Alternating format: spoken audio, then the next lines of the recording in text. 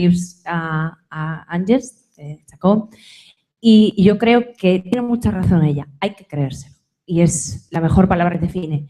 Y para creérselo es muy importante que el político lo lidere, porque yo, de las experiencias que hemos aprendido en los trenes internacionales, he visto que es fundamental que el político esté ahí. Por tanto, la formación para los políticos creo que es básica y la implicación es lo más importante del político. Ahí tiene que haber una implicación técnica y es muy importante lo que hablabais de que estén implicados todos los agentes de la ciudad. Pero el político es el que lidera, el político es el que decide a dónde va el presupuesto y el político es el que decide unir y unificar las concejalías y trabajar de forma transversal. Es muy importante. Gracias, Susana.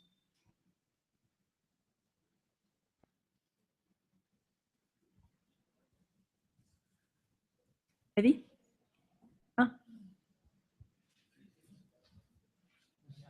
Aquí. Gracias.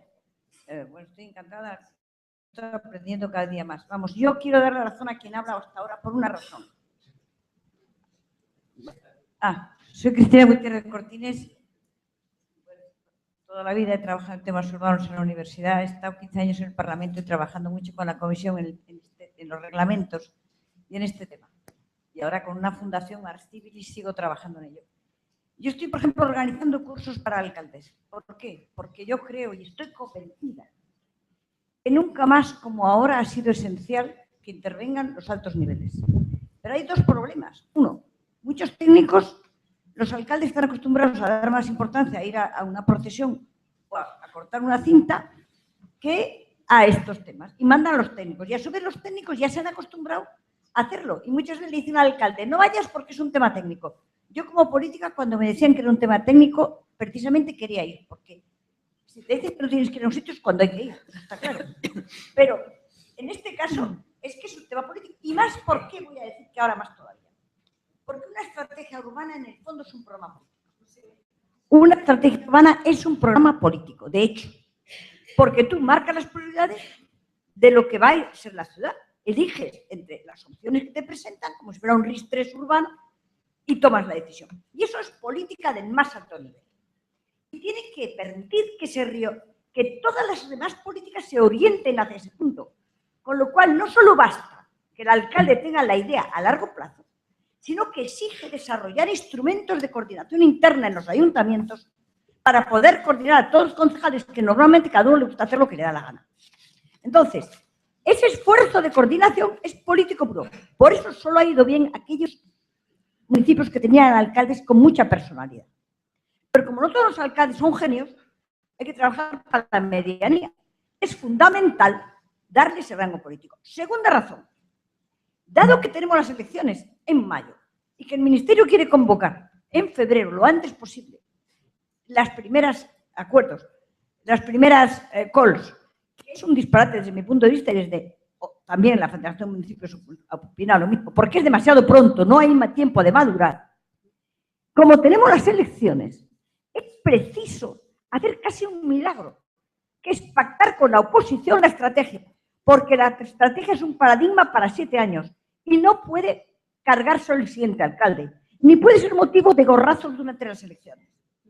Por tanto, yo creo que es fundamental hacer eso, que todos trabajemos en esa línea y, desde luego, a ver cómo conseguimos superar esa barrera de las batallas que va a haber a cuesta de la estrategia. Muchas gracias.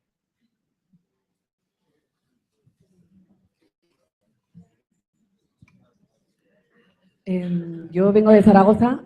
Me interesaba mucho las dos experiencias que han expuesto, porque trabajo en una sociedad municipal de rehabilitación, entonces nos encontramos con todas las dificultades que habéis descrito. De hecho, me quito el sombrero con lo del Jessica. Nosotros nos hemos planteado a veces el ir al BEI con el Jessica, pero no con la limitación presupuestaria que tiene el ayuntamiento para invertir. Consideramos que es un instrumento muy difícil y quería que en algún momento dado poder hablar contigo para profundizar, porque de hecho siempre es un objetivo que en el camino se nos cae.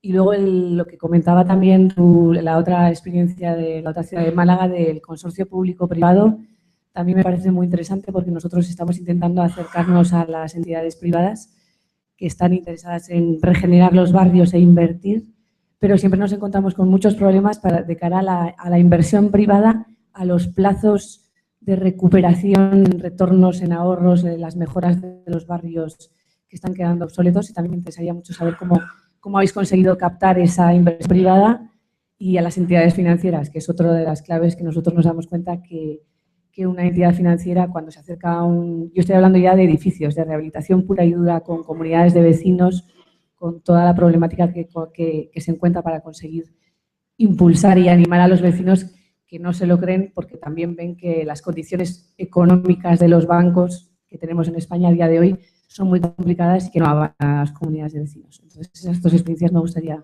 si en algún momento dado podemos hablar, para profundizar sobre ellas. Gracias.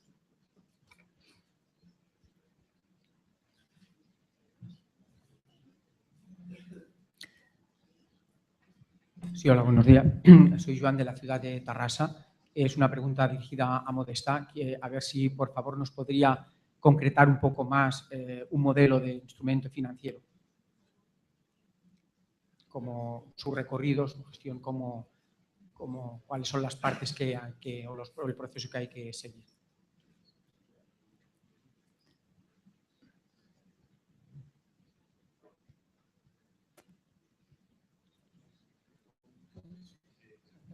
Soy Josep, de Girona.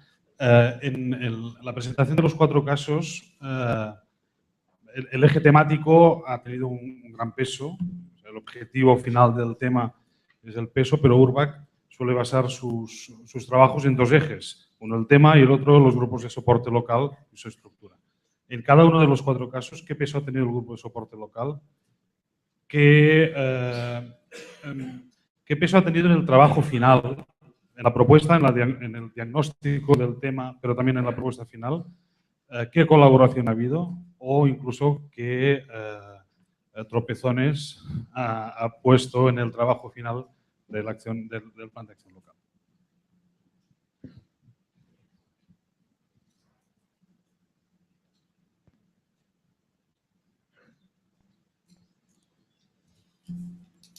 Buenos días, mi nombre es Alfonso Tajuelo, soy el director de Sismega, una empresa de consultoría. Entonces, bueno, hablando un poco de capacidades y, digamos, personas que se crean este tipo de proyectos, entiendo que es muy difícil nombrar al líder dentro de cada ciudad que tire del carro de este proyecto, puesto que hay muchos departamentos, muchas concejalías, muchos stakeholders. Entonces, me gustaría que me dijerais un poco cómo habéis llegado a estar sentados ahí. Es decir, se ha sido muy complicado porque, bueno, cuando asistís a reuniones internacionales, luego cuando volvéis tenéis que convencer a gente, a políticos que tienen que confiar en vosotros.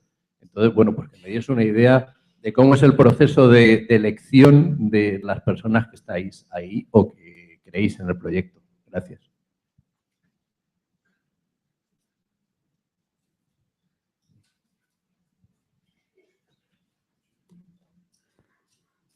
Si no hay más preguntas, le trasladaríamos las que han salido a las ciudades, ¿no? Sí. Había, como preguntas estrictamente, había el tema de rehabilitación de barrios que quizá podéis comentar o quizá quiere contestar la persona del proyecto. Bueno, me preguntaba sobre el consorcio público-privado de las inversiones privadas. A ver, todavía no estamos en ese punto, no hemos conseguido que haya una inversión privada de la cual podamos claramente presumir, digamos, ¿no? Ya nos gustaría. Lo que sí consigue el proyecto URBACT y el grupo, el PAL al final, es introducir una serie de actuaciones que van a necesitar de ambas inversiones, de la pública y de la privada.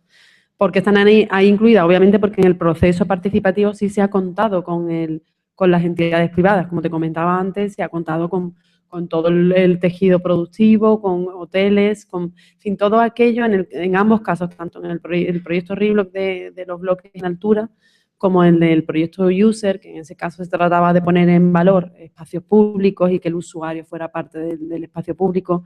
Realmente el valor está en la misma definición del proyecto. Un usuario de ese espacio público es también un comerciante que lo ofrece como atractivo a su comercio, o la parte de atrás de un hotel por el cual nadie quiere pasar porque aquello está un poco infravalorado y en malas condiciones.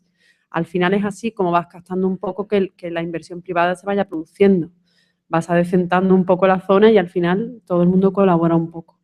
¿Cómo se consigue? Ser miembro del grupo de acción local, invitarlo permanentemente, obligarlo a participar, que su opinión forme parte de un grupo de temático que le interese muchísimo.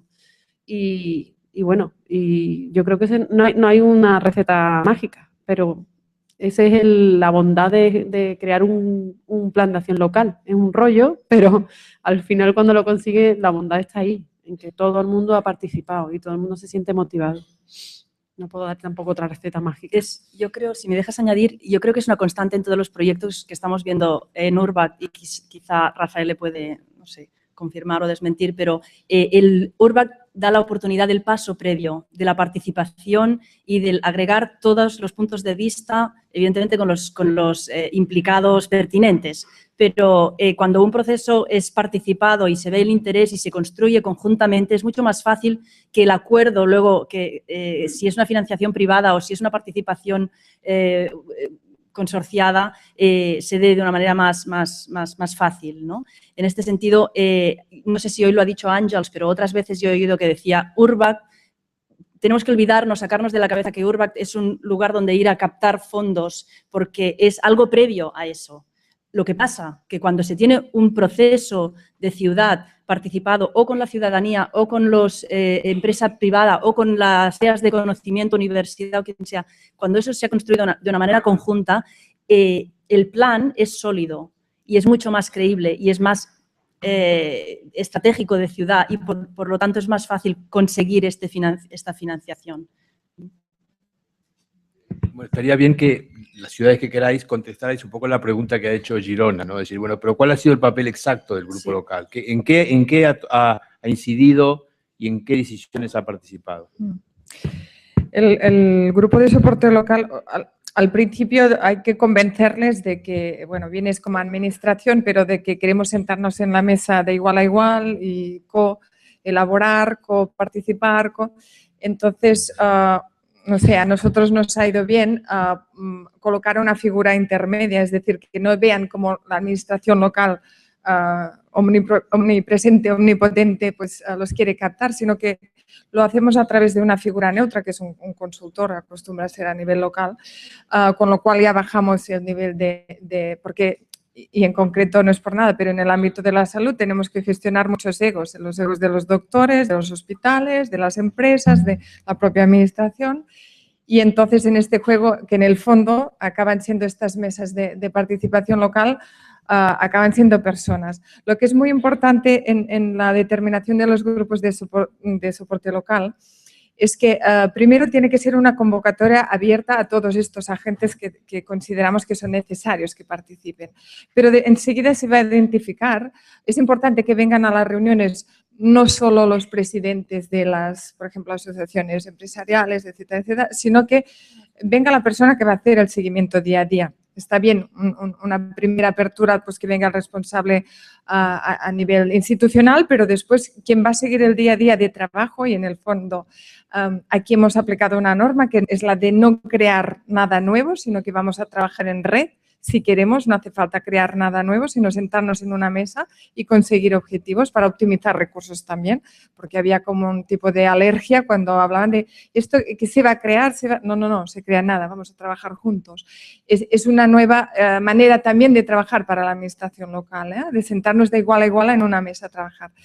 Y ha sido muy importante porque decía dentro de estos miembros que son llamados a colaborar en el grupo de soporte local, se identifica enseguida lo que llamamos nosotros los salmones, ¿no? Los que van contracorriente pero que no dejan. Entonces, es muy importante captarlos en el grupo y para nosotros ha sido muy, muy importante porque han sido ellos que nos han ayudado a concretar algunas acciones, ¿no?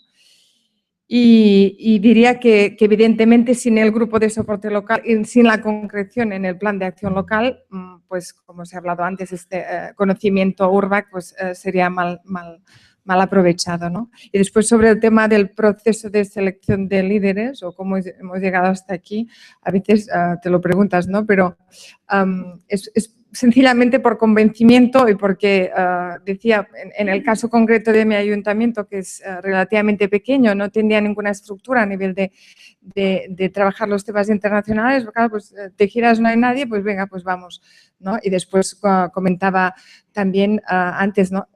El tener un alcalde cómplice que cree en estos temas, evidentemente ayuda mucho, no tener que convencerle y entonces ya te ahorras aquí mucho trabajo, ¿no? Pero tan importante como el líder, yo creo que es el buen entendimiento, o mucho más importante, con el lead expert, con la persona que a nivel, digamos, quizá más técnico, va a elaborar todos los encuentros internacionales, etcétera, etcétera. Esta complicidad entre unos y otros, si no funciona, el proyecto no va a funcionar. Porque por mucho que el líder tenga las ideas claras, si no tienes la ayuda, la complicidad de los thematic experts, pero sobre todo del lead expert, esto está cantado al fracaso. Por tanto, esta complicidad es tan importante como el liderazgo. Sí, yo solo, respecto a los grupos de apoyo local, solo quería añadir que los grupos van evolucionando en función del plan de acción local también. Para nosotros, en nuestro caso, nosotros empezamos el proyecto en 2010 y estamos en 2014 y estamos en la segunda fase del proyecto aún. Claro, de 2010 a 2014 han cambiado muchas cosas, hemos visto lo que funciona, lo que no. El plan de acción local se está redefiniendo, por lo tanto, las personas que integran el grupo de apoyo local también. O sea, no tiene que ser nada cerrado de que empezamos y terminamos todos juntos. Esto es abierto y también luego hay lo que ella comentaba, la identificación de salmones, ¿no? Yo decía personas, pues sí, hay personas que funcionan más, pues vas a trabajar más con sus entidades también. A ver, tampoco hay que, porque no haya funcionado la primera reunión con una entidad, no hay que ya abandonar, ¿no? Si es importante la entidad para que funcione el proyecto, pues se la va a perseguir, entre comillas. Pero sí que solo esta idea de que el grupo es dinámico y abierto. Y bueno, y en algunos casos nos hemos encontrado en que varias acciones se tienen que trabajar con grupos de apoyo local más pequeños, con subgrupos. Y luego, bueno, el trabajo está en integrarlos, ¿no? Porque al final lo que busca URBACT es una integralidad.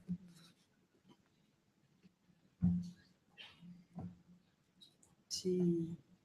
Más comentarios. Había un comentario muy concreto para Modesta sobre el proceso de, no sé, quizá esto se podría, si es un interés muy concreto sobre los fondos de financiación, se podría comentar. Yo voy a comentar muy brevemente que para ver el modelo de cómo se crea un instrumento financiero está muy bien explicado en el vídeo, ya digo, es una animación que se explica muy bien los 4 pasos que hay que dar, que son la regulación, la asistencia técnica, la gobernanza y las ayudas de Estado. Son los 4 bloques que hay que superar para llegar a esta carrera. También tengo una especie de mapa. El líder que lleva esto, Manchester, es el presidente del Gran Transporte de Manchester. Entonces ha hecho una especie de mapa como de metro, donde están todas las paradas, en donde el que quiera hacer un instrumento financiero se tiene que parar. Entonces, ese mapa lo tengo aquí, lo pondré ahora mismo si queréis ahí fuera y os sugiero que veáis el vídeo, que es la mejor manera de verlo, o si no, hablamos. Y respecto al grupo de acción local, en nuestro caso es totalmente diferente porque son directores financieros, son bancos, son empresas privadas y en cuanto que yo conseguí explicarle y cogieron la idea de lo que era un instrumento financiero, que es coger una subvención y en vez de tirarla, o sea, tirarla y usarla una vez, poderla usar varias veces, lo vieron clarísimo. Entonces, no significa que no tenga salmones, que por supuesto salmones hay en todas partes, pero es más activo, digamos, es más fácilmente manejable. Y en cuanto al liderazgo, en mi caso fue al revés. Yo propuse el proyecto y lo que valoro más es haberme llevado a los políticos a ver esto, a que vean de verdad un proyecto funcionando y eso es lo que le ha dado el impulso de, vale, esto nos gusta, lo vamos a hacer. Bueno, yo agradecerles a las 4 ciudades sus relatos, digamos, y su respuesta a las preguntas que les hemos hecho. Gracias, en serio. Y, por lo tanto, pasar a la siguiente sesión, invitar a Eddie Adams a que nos acompañe.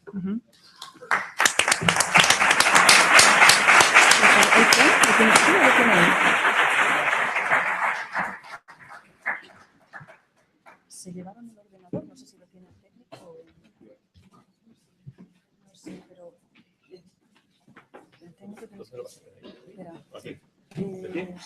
Es que me gustaría presentar a Eddie, supongo.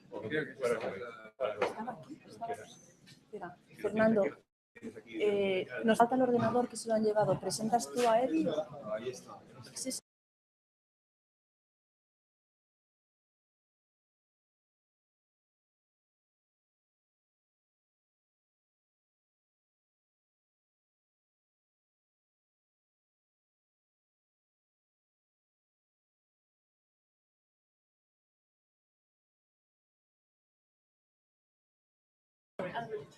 Okay.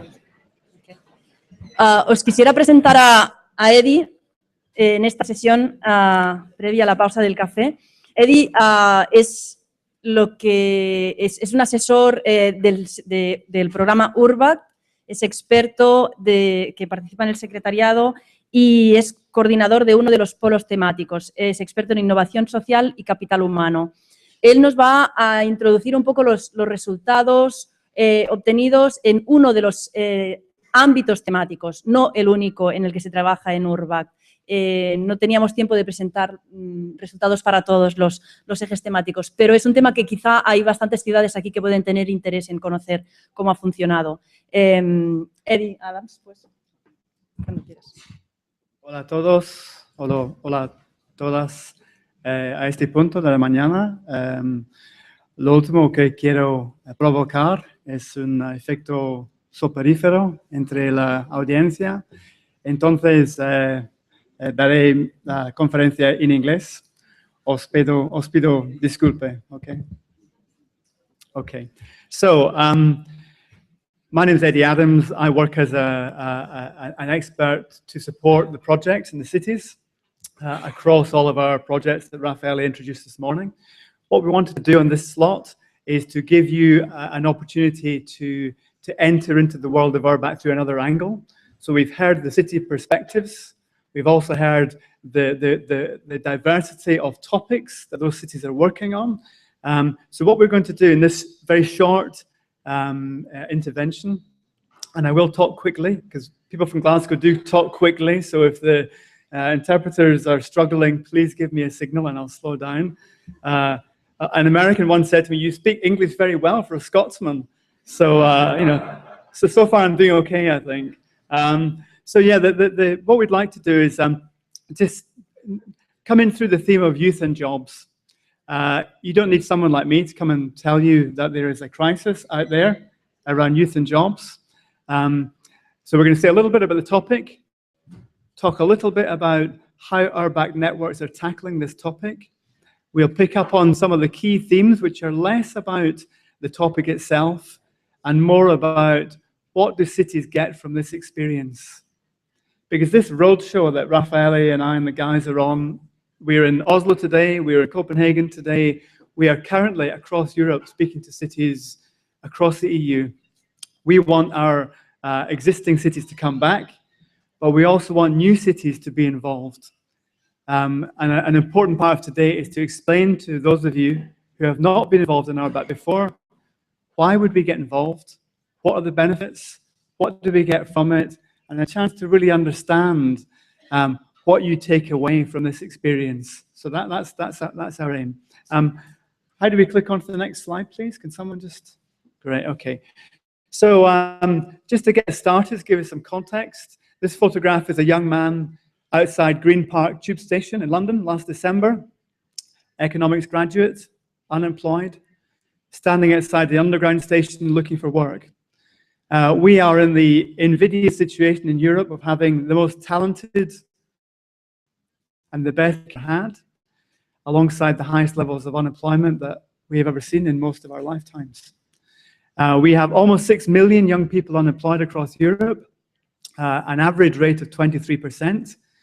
You don't need me to tell you that in Spain that rate is double, you know, a lot more than 23%. This is a fundamental crisis. We know from all of the data that young people who do not enter the labour market early, they have prolonged long-term consequences throughout their working lives. This is not just a little blip, a little hiccup, and then their lives normalize. this is a fundamental challenge to all of us because they can't get on with their lives. They can't get the jobs, the families, the normal lives that previous generations had with this, starting from the situation they're in. So there's a challenge that faces us all. This is not business as usual. I go to some cities and people say, this is just a little, bit of interference. Things will go back to normal. I don't believe that. I think many people in this room don't believe that. And the reason why URBACT as a program is one of the few, perhaps the only program with more money in the next programming period, is because, first of all, 70+% of Europeans live in cities. We are an urban species. Secondly, most of our problems are created in cities. The environmental problems, the unemployment, most of it's concentrated in cities. And thirdly, and most critically, it's in cities where we must solve these problems. If we are to get over the challenges we face, we've got to do that in cities. And also, I think, we have to do things differently. If we keep on doing what we've always done, we'll get what we've always got. So this is a chance for us to try new things. And as anything, it is a green light to experiment. It is a space to innovate. It is an opportunity to share and to learn together, to make mistakes, to fall down, to get up, try something different. So that's the kind of program this is. And our starting point around this theme, I won't go through all of these, you will know them. The skills mismatch, where employers say the education systems aren't providing young people with the skills, attitudes, and competencies that employers need. But that's difficult when today about 70% of the products we use were not invented 25 years ago. You look at Google driverless cars and look at the way things are heading. This relentless pace of change will only increase. So it's really difficult to anticipate what are the skills and competencies young people will need 5 years from now, let alone in 50 years' time when they're still in the labor market. So there's issues about the skills mismatch. There's issues about how we retain talent. Here in Spain, you see your young people going to South America, going all over the world because that's where the opportunities are. The best and the brightest, the ones you need here for the future of the country. Those who can leave are taking the opportunity to leave. We hope some of them will come back. But there's a huge challenge about retaining talent because all of the data tells us cities are about people. Successful cities attract, retain, and grow talent. So talent is a key factor around this conversation around skills and young people. And we also have at the same time this demographic squeeze, where if you're older people in the labor market, people like me, who are 50 plus, we're still going to be in jobs, hopefully, for another decade, 2 decades, God knows how many decades. I don't want to think about that. But the problem is, we're not creating opportunities at the front end for young people to come into work. So there's a squeeze going on in terms of population. And the final thing here is about labor market regulations. Across Europe, the systems are very different. And we see in some member states in the UK, highly deregulated labor market. Many of the jobs which are being created are low-paid, insecure jobs with poor conditions, where on paper the figures look good, but in reality there's big questions about the quality of these jobs, the kind of experience young people have. And then on the flip side, you have other labor markets which are highly regulated. They have systems to protect workers, but sometimes they actually stop young people getting opportunities because they're inflexible and they're insufficiently responsive. So that's the big picture. The net effect is the current NEET rates, youth unemployment costs us 153 billion euros, which is 1.2% of our GDP. And that's something we can't afford. We haven't got that kind of money to waste. So that's our mega challenge. Can we pop on to the next slide, please, Rafael? Rafael showed you this map earlier on. So we have open calls in URBACT. We ask cities to come to us and to say, here's a problem we would like to work on with other cities. We have 3 current networks looking at different aspects of the youth employment issue. The one in Nantes, in Prevent, is looking upstream. It's looking at the issue of how do we stop young people leaving school early? And how do we work with parents to stop them leaving school early? And there's a little sub-agenda in that project, which is particularly interesting for me anyway. It's about many young people from minority backgrounds in particular. Many migrant children leave school earlier in the biggest, most diverse cities in Europe. So there's a number of really interesting, complex themes in that project, which includes Gijón as a Spanish city. The project in the middle is My Generation at Work. This project is looking at the way in which we need to equip young people for a life of entrepreneurship, intrapreneurship, innovation. The premise is the job no longer lands in your lap. For a long time, we have not had jobs for life. So this project is about what are the implications of that for the education system, for the training system? How do we work with employers? How do we support young people to live their dreams and to be entrepreneurial and to help them, I guess, realize and fulfill their potential? And the third of those projects, led by Cesena, My Generation at Work has Valencia as one of the projects, looking at how you use shared spaces in cities as spaces for co-working, social innovation, collaboration, those serendipitous connections which sometimes lead to fantastic things in business. So My Generation was a very interesting project. And then the Jobtown project is looking at how can small towns or smaller cities which are near big cities, how can they retain talent? How can they keep young people and not lose them? So if you're next door to Barcelona or you're next door to Madrid, how do you keep your talented young people and not lose them to the big magnets that are just down the road? And they're also looking at the role of small employers, because without employers, there are no jobs. So they're looking at how do we cooperate with employers differently. Can we pop on to the next slide? This is an image from one of our projects. It's there because the message is, in terms of our products, we need to get smarter about our messaging. So we no longer want to produce reports that you could commit suicide off if you jumped off the top of them. We need to have, and we need those big reports, but we also need smarter and a wider portfolio of products. So we heard just now from Modesta that the CSI Europe project, which is looking at financial instruments, a very technical, potentially dry topic, they produced a 3-minute video to explain in a nutshell what this is about. So one of our challenges in cities is, how do we explain complex things in a simple, transparent way? How do we make it easy for non-experts to understand? So that is a challenge for all of us. This is from My Generation. They have a series of comics. They've also produced videos. Lots of our projects are trying new things, experimenting, because we need a really wide and diverse range of products because we have a wide and diverse range of audiences. So the policymakers don't get the comics. Well, sometimes they do, but they might get the big report. But increasingly, a minister will say to you, I want 2 pages. I don't want 100 pages, thank you very much. I want 2 pages so I get the headlines, and where can I find more information?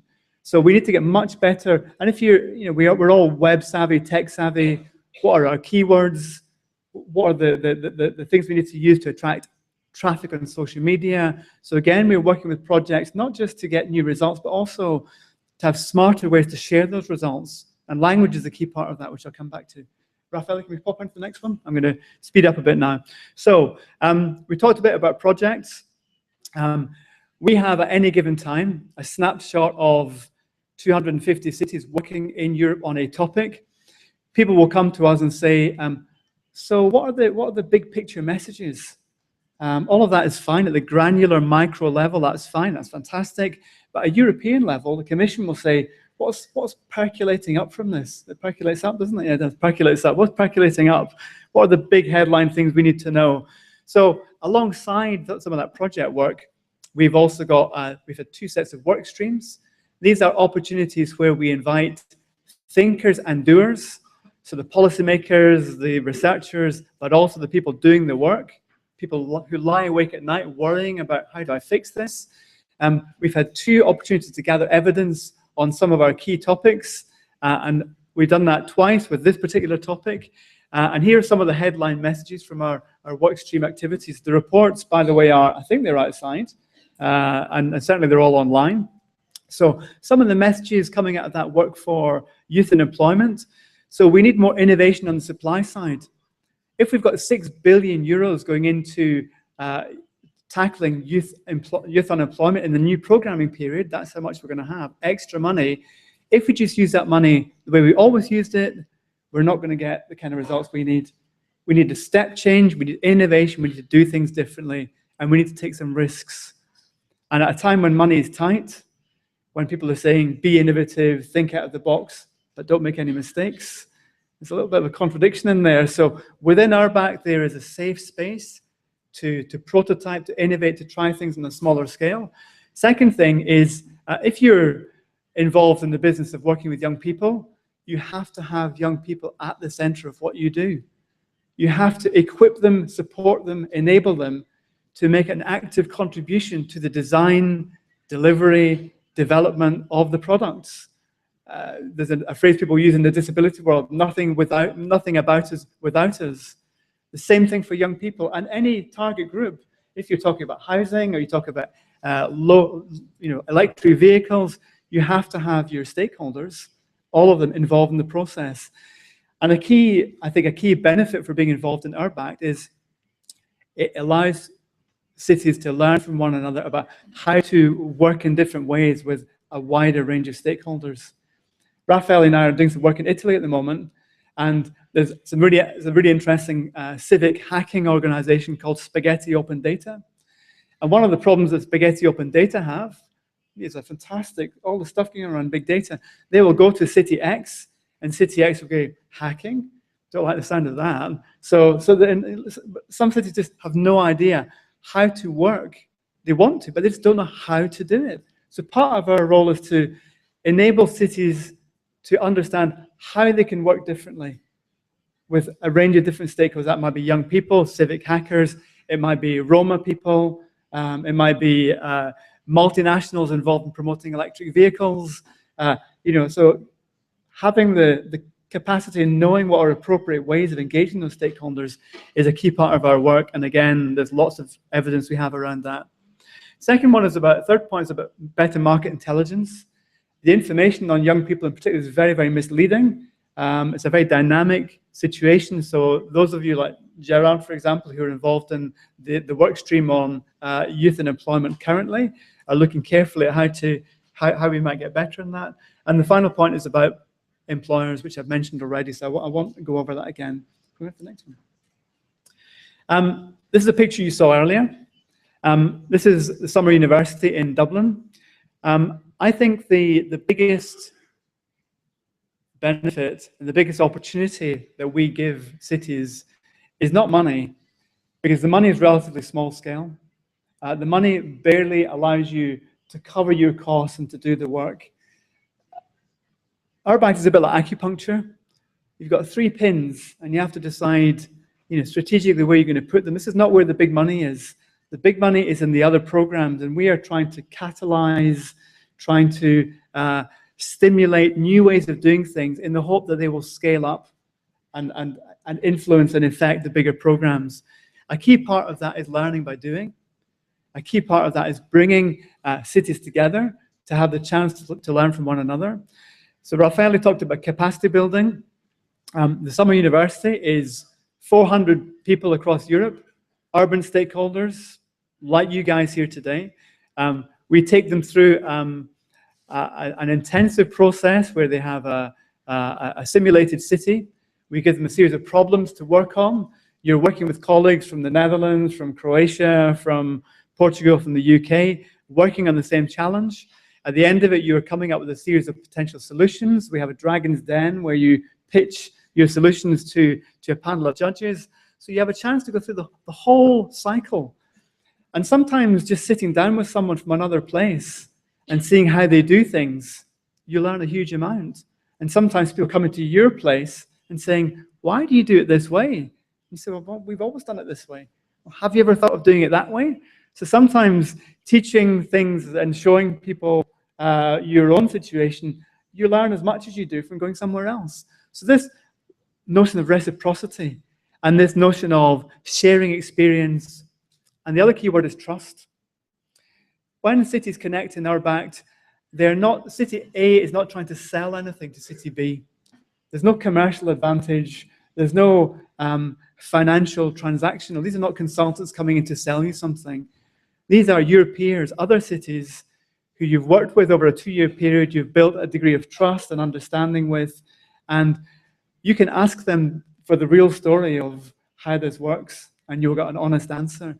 And that trusted connection is absolutely invaluable, I think, in my experience, and I'm sure people who you talk to during the coffee breaks will reinforce that. And the final point here is just about elected officials. We talked a bit about mayors. Christina made the intervention about capacity building. One of the big challenges is, well, one of the first things to say is we don't know all the answers.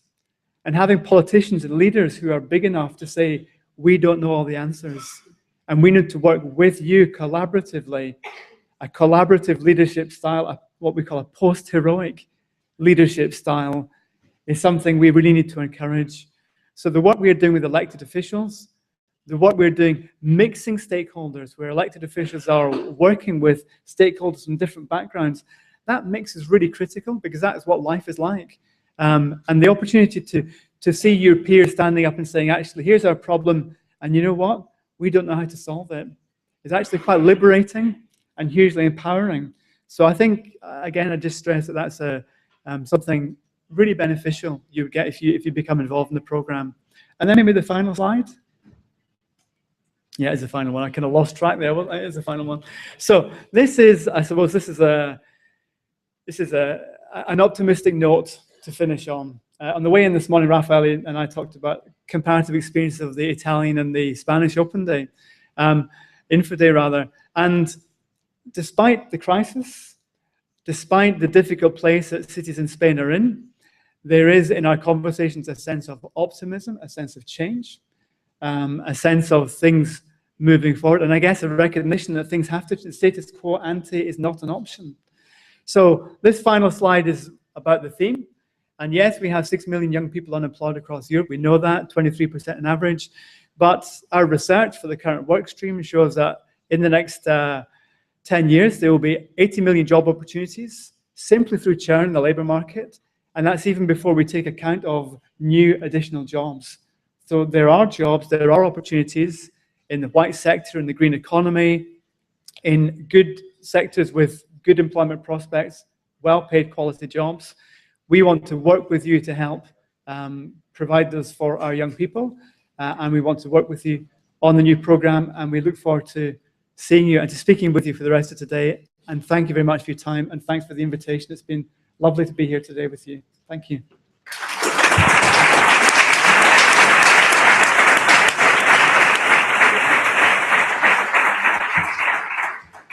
Thank you very much, Eddie. Vamos a hacer ahora la pausa café, ¿no? Un cuarto de hora, 20 minutos, yo creo que tenemos bastante y así recuperamos el tiempo. Así que exactamente a las 12 estamos aquí. ¿Sí? 12:15. Serán. Tengo que coordinar y decir eso para acá.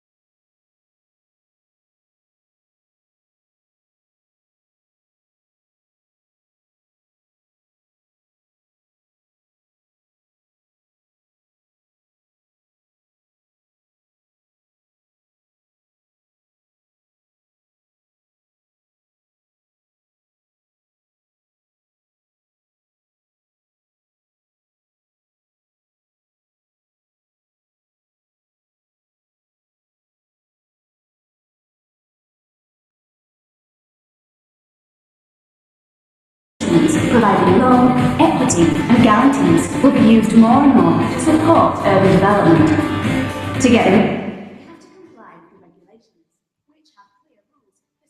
financial instruments. The second stage is the state aid navigation system. Financial instruments must comply with the state aid rules. There are 4 pathways to compliance.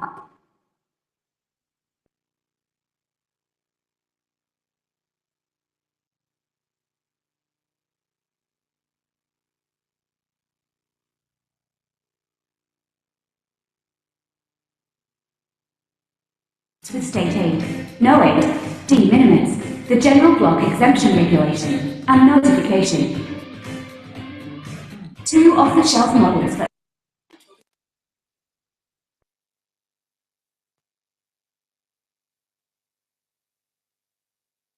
makes everything work. Governance. Cities must work in partnership with their managing authority to ensure financial instruments work for their city. A city can implement its own financial instrument or join the fund's investment committee. Strong informal links between managing authority and city are also important. So map your route and get going. In all cases, cities should work to develop a strong pipeline of investment-ready projects. The 4th stage is the people to steer the rocket. Financial instruments need a new kind of public servant, with one foot in urban development and the other in financing investments. Cities should look for people in their organisation with the skills to work within financial instruments. Technical assistance should be used to build capacity, securing support from the Commission, the European Investment Bank and other experts. So it's not rocket science, although it is complicated. But if you follow the stages, read the regulations and speak to your managing authority, then you should soon see financial instruments fly in your city.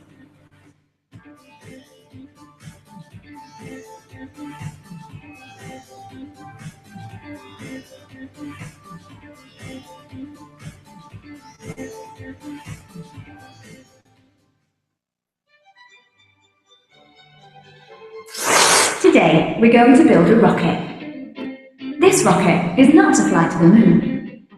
It can fly anywhere if you build it right.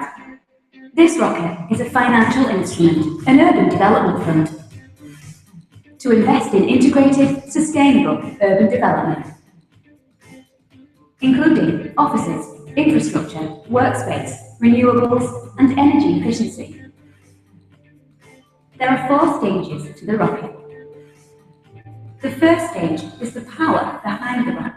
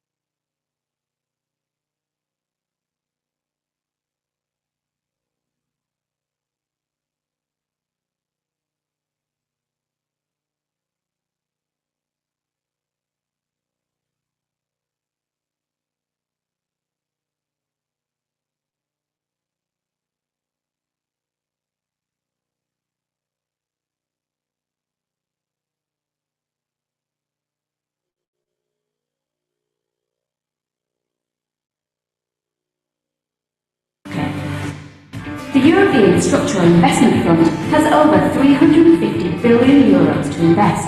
Instead of grants, financial instruments providing loan, equity and guarantees will be used more and more to support urban development. To get the money, you have to comply with the regulations, which have clear rules for setting up financial instruments. The second stage is the state aid navigation system. Financial instruments must comply with the state aid rules. There are 4 pathways to compliance with state aid: no aid, de minimis, the general block exemption regulation, and notification. 2 off-the-shelf models for urban development will be published, providing a good starting point for developing a fund. The third stage of our rocket is the machinery that makes everything work: governance. Cities must work in partnership with their managing authority to ensure financial instruments work for their city. A city can implement its own financial instrument or join a fund's investment committee.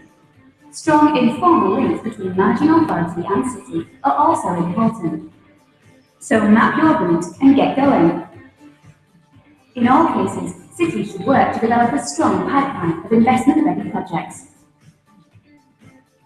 The fourth stage is for people to steer the rocket.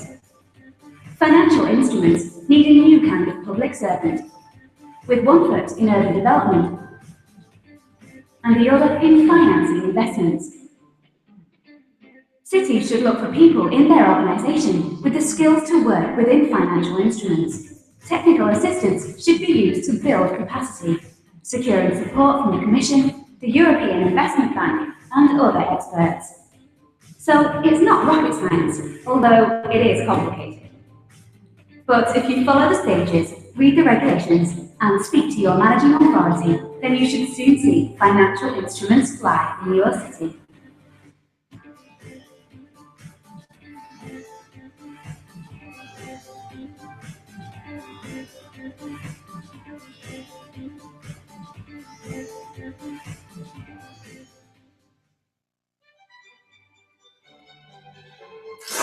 Today, we're going to build a rocket. This rocket is not to fly to the moon. It can fly anywhere if you build it right. This rocket is a financial instrument, an urban development fund, to invest in integrated, sustainable urban development, including offices, infrastructure, workspace, renewables, and energy efficiency. There are 4 stages to the rocket. The first stage is the power behind the rocket. The European Structural Investment Fund has over 350 billion euros to invest. Instead of grants, financial instruments providing loan, equity and guarantees will be used more and more to support urban development. To get the money, you have to comply with the regulations, which have clear rules for setting up financial instruments. The second stage is the state aid navigation system. Financial instruments must comply with the state aid rules. There are 4 pathways to compliance with state aid: no aid, de minimis, the general block exemption regulation, and notification. 2 off-the-shelf models for urban development will be published, providing a good starting point for developing a fund. The third stage of our rocket is the machinery that makes everything work: governance. Cities must work in partnership with their managing authority to ensure financial instruments work for their city. A city can implement its own financial instrument or join a fund's investment committee. Strong informal links between managing authority and city are also important. So map your route and get going. In all cases, cities should work to develop a strong pipeline of investment-ready projects. The fourth stage is for people to steer the rocket. Financial instruments need a new kind of public servant, with one foot in urban development and the other in financing investments. Cities should look for people in their organisation with the skills to work within financial instruments. Technical assistance should be used to build capacity, securing support from the Commission, the European Investment Bank and other experts. So it's not rocket science, although it is complicated. But if you follow the stages, read the regulations, and speak to your managing authority, then you should soon see financial instruments fly in your city.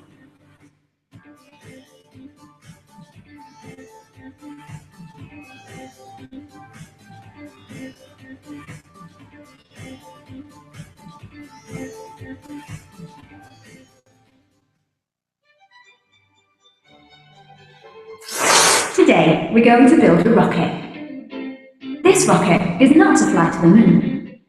It can fly anywhere if you build it right. This rocket is a financial instrument, an urban development fund, to invest in integrated, sustainable urban development, including offices, infrastructure, workspace, renewables, and energy efficiency. There are 4 stages to the rocket. The first stage is the power behind the rocket. The European Structural Investment Fund has over 350 billion euros to invest. Instead of grants, financial instruments providing loan, equity, and guarantees will be used more and more to support urban development.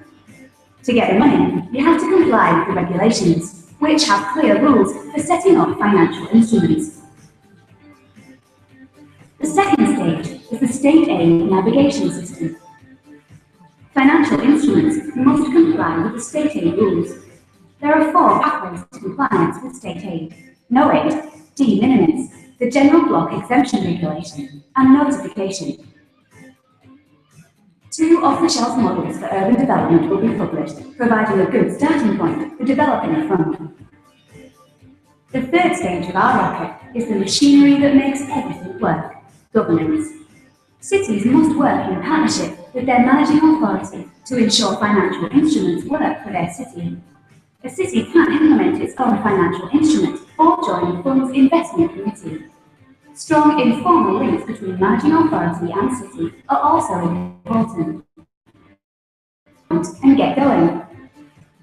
In all cases, cities should work to develop a strong pipeline of investment-ready projects. The fourth stage is the people to steer the rocket. Financial instruments need a new kind of public servant, with one foot in urban development and the other in financing investments.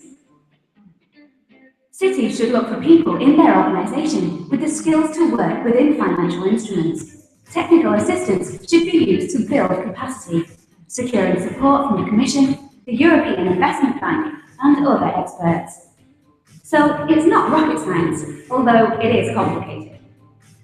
But if you follow the stages, read the regulations, and speak to your managing authority, then you should soon see financial instruments fly in your city.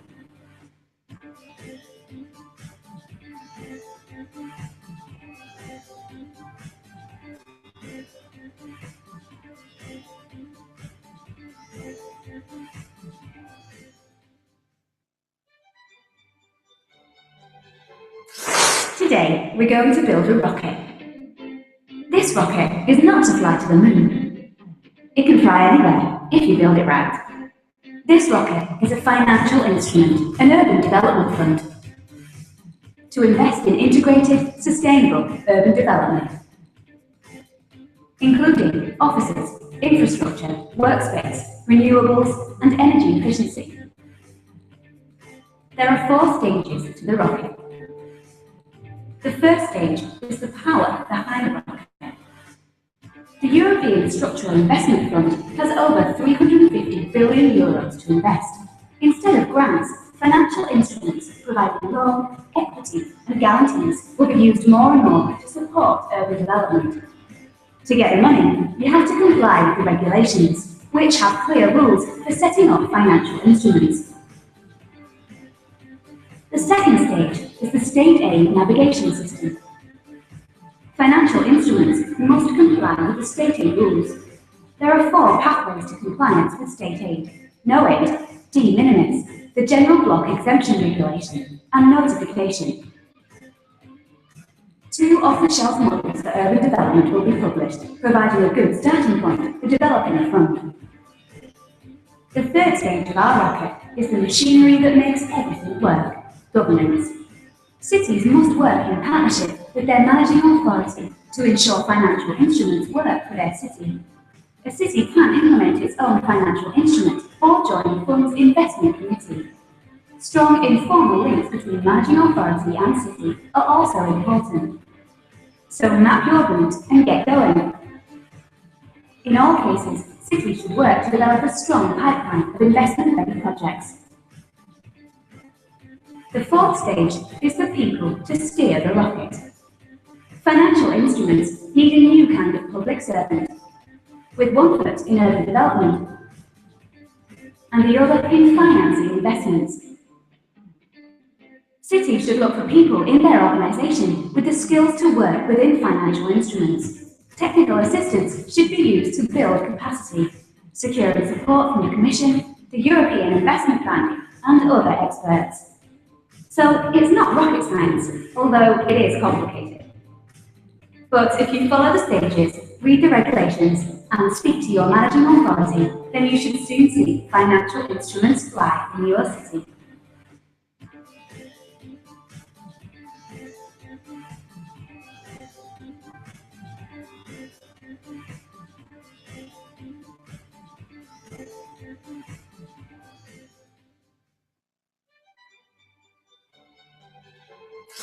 Today, we're going to build a rocket. This rocket is not to fly to the moon. It can fly anywhere if you build it right.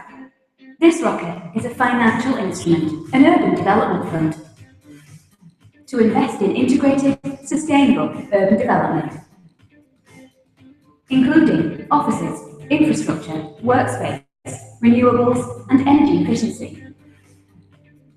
There are 4 stages to the rocket. The first stage is the power behind the rocket. The European Structural Investment Fund has over 350 billion euros to invest. Instead of grants, financial instruments providing loan, equity and guarantees will be used more and more to support urban development. To get the money, you have to comply with the regulations, which have clear rules for setting up financial instruments. The second stage is the state aid navigation system. Financial instruments must comply with the state aid rules. There are 4 pathways to compliance with state aid: no aid, de minimis, the general block exemption regulation, and notification. 2 off-the-shelf models for urban development will be published, providing a good starting point for developing a fund. The third stage of our rocket is the machinery that makes everything work: governance. Cities must work in partnership with their managing authority to ensure financial instruments work for their city. A city can implement its own financial instrument or join the fund's investment committee. Strong informal links between managing authority and city are also important. So map your route and get going. In all cases, cities should work to develop a strong pipeline of investment-ready projects. The fourth stage is for people to steer the rocket. Financial instruments need a new kind of public servant, with one foot in urban development and the other in financing investments. Cities should look for people in their organisation with the skills to work within financial instruments. Technical assistance should be used to build capacity, securing support from the Commission, the European Investment Bank and other experts. So it's not rocket science, although it is complicated. But if you follow the stages, read the regulations and speak to your managing authority, then you should soon see financial instruments fly in your city.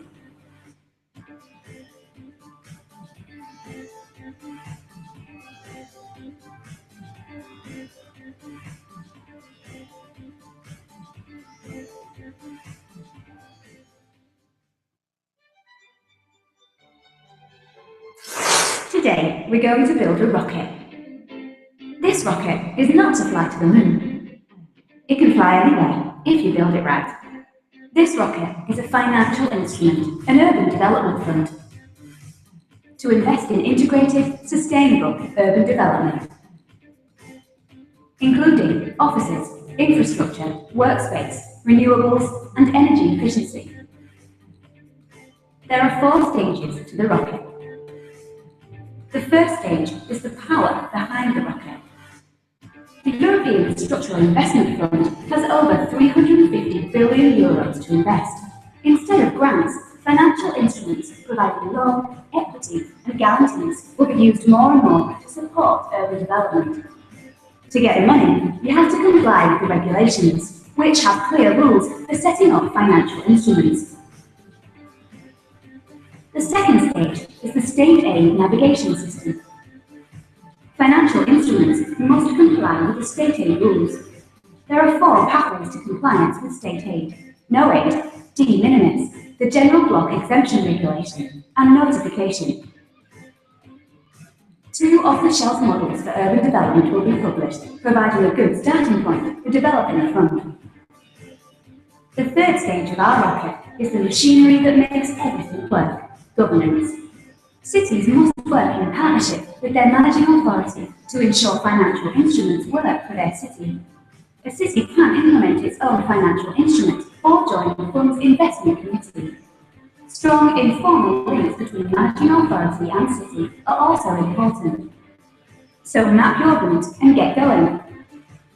In all cases, cities should work to develop a strong pipeline of investment-ready projects.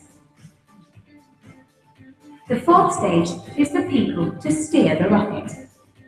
Financial instruments need a new kind of public servant, with one foot in urban development and the other in financing investments. Cities should look for people in their organisation with the skills to work within financial instruments. Technical assistance should be used to build capacity, securing support from the Commission, the European Investment Bank and other experts. So it's not rocket science, although it is complicated. But if you follow the stages, read the regulations and speak to your managing authority, then you should soon see financial instruments fly in your city.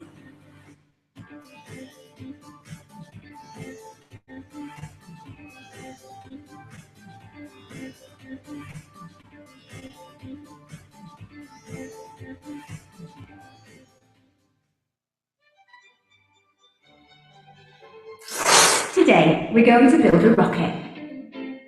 This rocket is not to fly to the moon. It can fly anywhere, if you build it right. This rocket is a financial instrument, an urban development fund, to invest in integrated, sustainable urban development, including offices, infrastructure, workspace, renewables, and energy efficiency. There are 4 stages to the rocket. The first stage is the power behind the rocket. The European Structural Investment Fund has over 350 billion euros to invest. Instead of grants, financial instruments providing loan, equity and guarantees will be used more and more to support urban development. To get the money, you have to comply with the regulations, which have clear rules for setting up financial instruments. The second stage is the state aid navigation system. Financial instruments must comply with the state aid rules. There are 4 pathways to compliance with state aid: no aid, de minimis, the general block exemption regulation, and notification. 2 off-the-shelf models for urban development will be published, providing a good starting point for developing a fund. The third stage of our rocket is the machinery that makes everything work: governance. Cities must work in partnership with their managing authority to ensure financial instruments work for their city. A city can implement its own financial instrument or join the fund's investment committee. Strong informal links between managing authority and city are also important. So map your route and get going. In all cases, cities should work to develop a strong pipeline of investment-ready projects. The fourth stage is the people to steer the rocket. Financial instruments need a new kind of public servant, with one foot in urban development and the other in financing investments. Cities should look for people in their organisation with the skills to work within financial instruments. Technical assistance should be used to build capacity, securing support from the Commission, the European Investment Bank and other experts. So it's not rocket science, although it is complicated.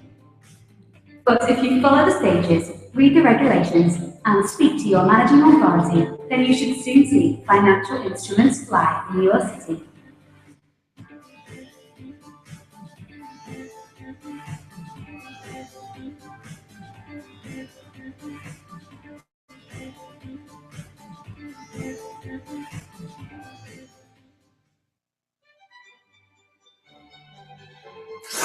Today, we're going to build a rocket.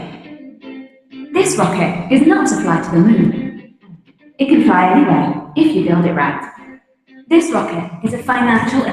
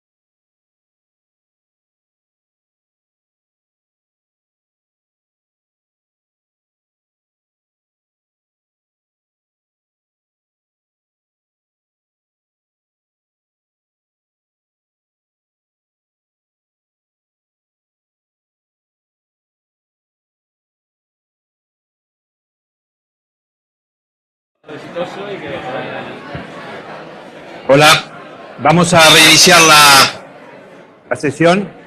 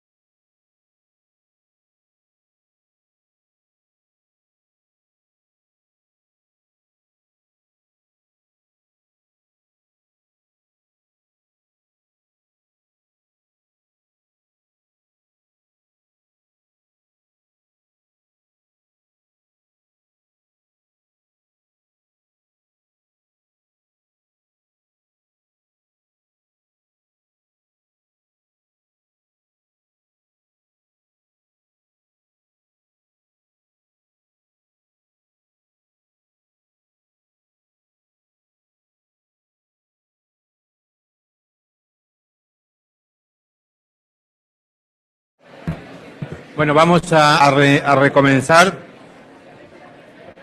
Por favor.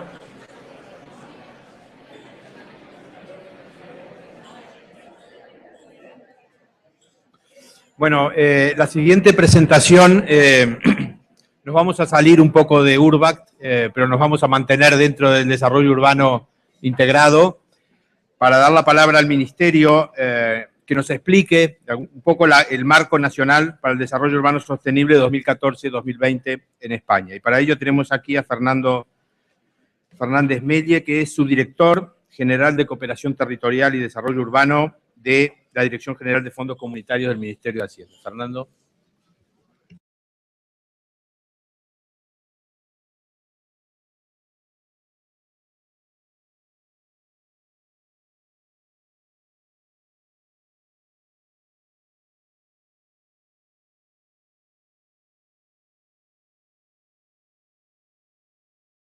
Sí, por favor, las intérpretes, ahora la ponencia y la discusión va a ser en español, pero por favor traducen al inglés si es posible para algunas personas que necesitan traducción al inglés. Gracias.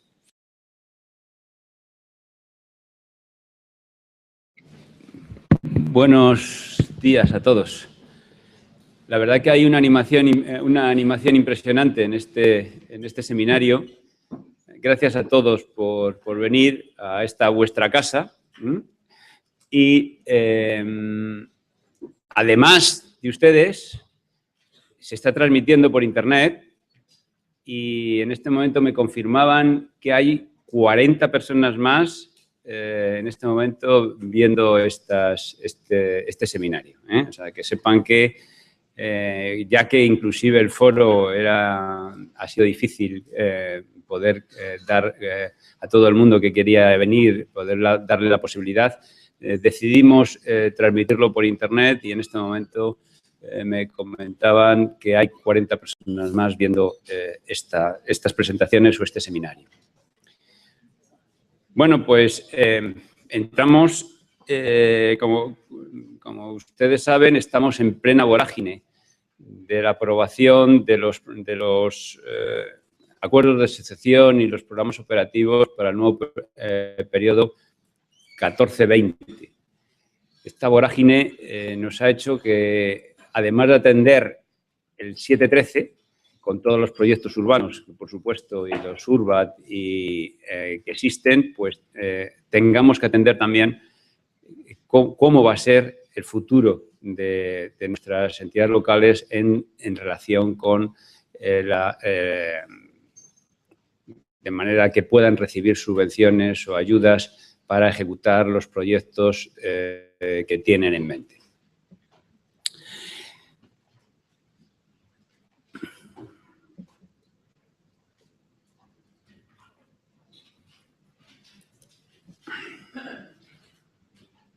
Bueno, pues voy a hablar del nuevo programa 14-20. La verdad que dar las gracias a las intérpretes por el trabajo que están realizando y me han pedido la ponencia en papel porque tenían dificultades de ver las pantallas. Espero que les haya llegado ya y que puedan facilitarles la labor. Voy a empezar por el inicio. Muchas gracias. En una noche de cuchillos largos se aprobó esto. Esto porque lo aprobaron todos los presidentes de gobierno de la Unión Europea. Aprobaron este reparto de dinero para las diferentes regiones europeas. Estamos hablando de los 313 billones europeos de euros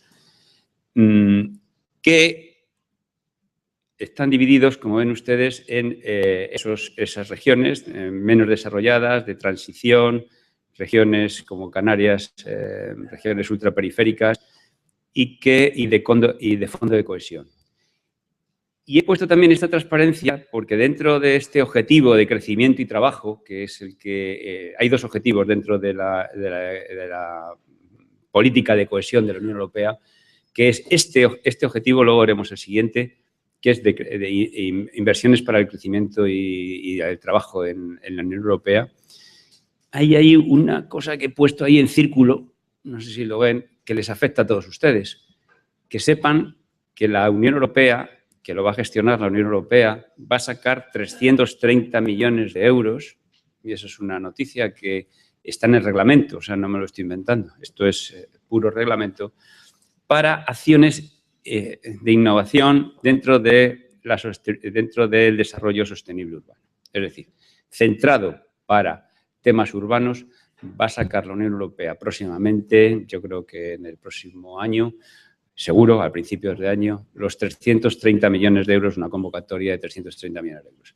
Bueno, pues que sepan que además de todo lo que vamos a hablar hoy, que hay posibilidades económicas de recibir dinero de subvenciones, perdón, también hay posibilidad de recibir, vaya hombre, estos 330 millones de euros.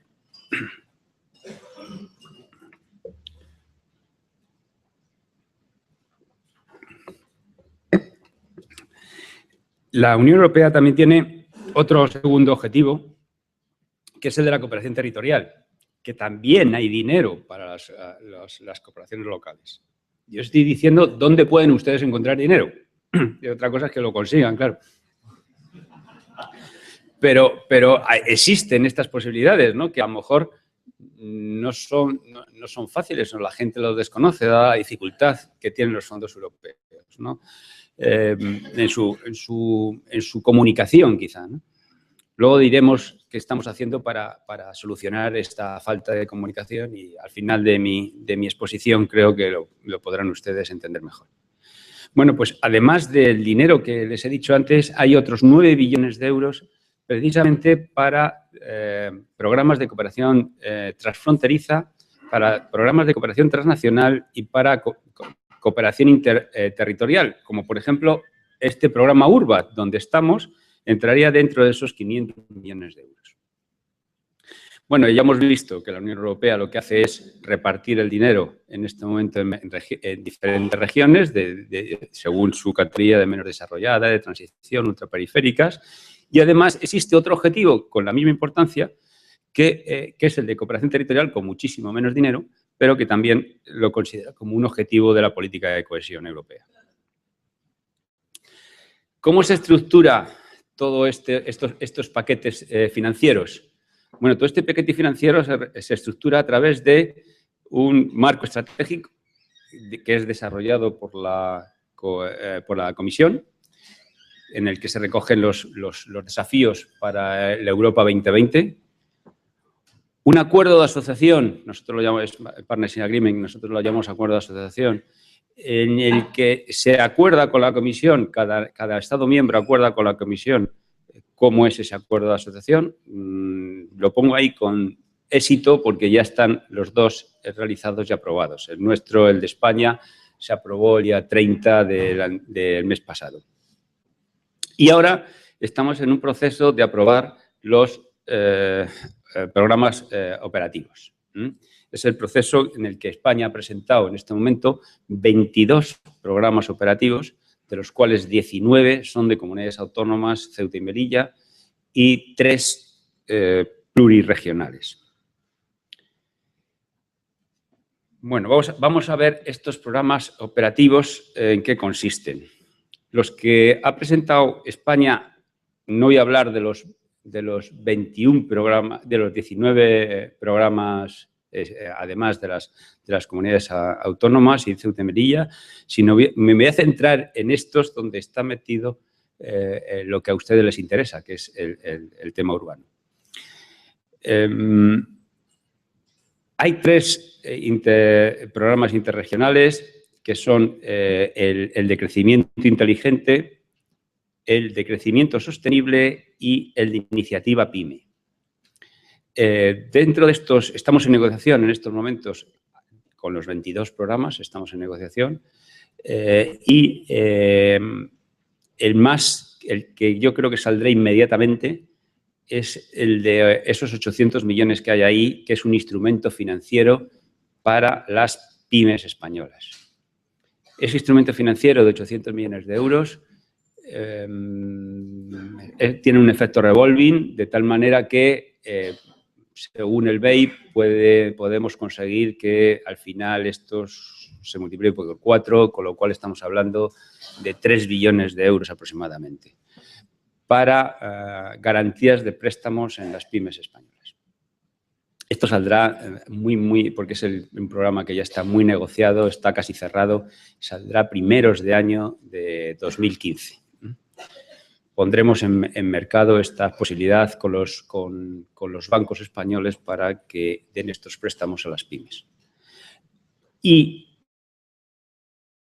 en este momento creo que es lo que he llamado POX, que es el programa operativo de crecimiento sostenible.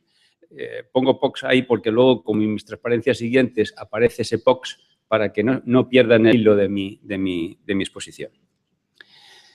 ¿Cómo pueden participar las entidades locales, aparte de lo que he dicho anteriormente, en los programas de cooperación territorial, en los 330 millones de iniciativa de la Comisión Europea? ¿Cómo pueden participar en dinero ya de tipo exclusivamente español? El de cooperación territorial también es español, lo que pasa que hay que hacerlo con otros países europeos. ¿Cómo nos planteamos en este momento el programa urbano? Bueno, en el 7-13, y por eso lo señalo ahí, en el 7-13 hubo un total de 1.445 millones de euros y este periodo, como somos ricos, no se lo crean ustedes, pero sí, somos ricos, pues ya nos han quitado el fondo de cohesión, ya no tenemos fondo de cohesión para el siguiente periodo y, por lo tanto, se quedarían en los 1.000 millones. Como además los reglamentos establecen que el 5% de los fondos tienen que ser dedicados a proyectos urbanos integrados o estrategias urbanas integradas, pues ese 5% da los 964 millones de euros, los 1.000 millones. Y nosotros quisimos añadir a las entidades locales más dinero. El más dinero que me refiero son esos 508 millones de euros que son para economía baja en carbono.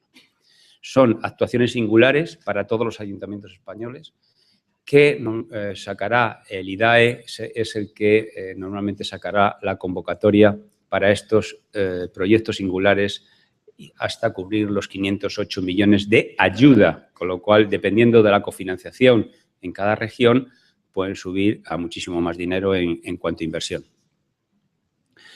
Con lo tal, ese es el dinero que hay, pero además, que ahí no lo he puesto, se me ha olvidado ponerlo, está el Fondo Social. El Fondo Social, además, lo que pasa es que no lo he puesto porque no sé exactamente la cantidad, eso depende del Fondo Social, dará dinero para proyectos, para temas de objetivos temáticos 8, 9 y 10, en el nuevo periodo 14-20. ¿Cómo prepararse para el nuevo periodo? Bueno, pues parece la palabra maldita, pero yo ya no sé si decirlo o no, son estrategias integradas. Todo el mundo, cuando me ve qué es una estrategia integrada, cómo vamos a hacer esas estrategias integradas, la verdad que es la palabra de... Si había un trending topics en este momento, yo creo que en el tema urbano este es un trending topics, ¿no? Estrategia integrada que hay que realizar para, como hemos dicho, obtener esas subvenciones o esa ayuda para los proyectos o las actuaciones en las entidades locales. Estoy refiriéndome solo a los 1.000 millones de estrategia integrada. Como he dicho antes, los 500 millones son proyectos singulares de energía baja en carbono que ustedes pueden presentar cuando saque la convocatoria del IDAE. Para estas estrategias integradas, está ahí, son los proyectos, deben responder, las actuaciones que se realicen deben de responder a estas estrategias integradas y una orientación de esto la pueden encontrar ustedes en la red de iniciativas urbanas.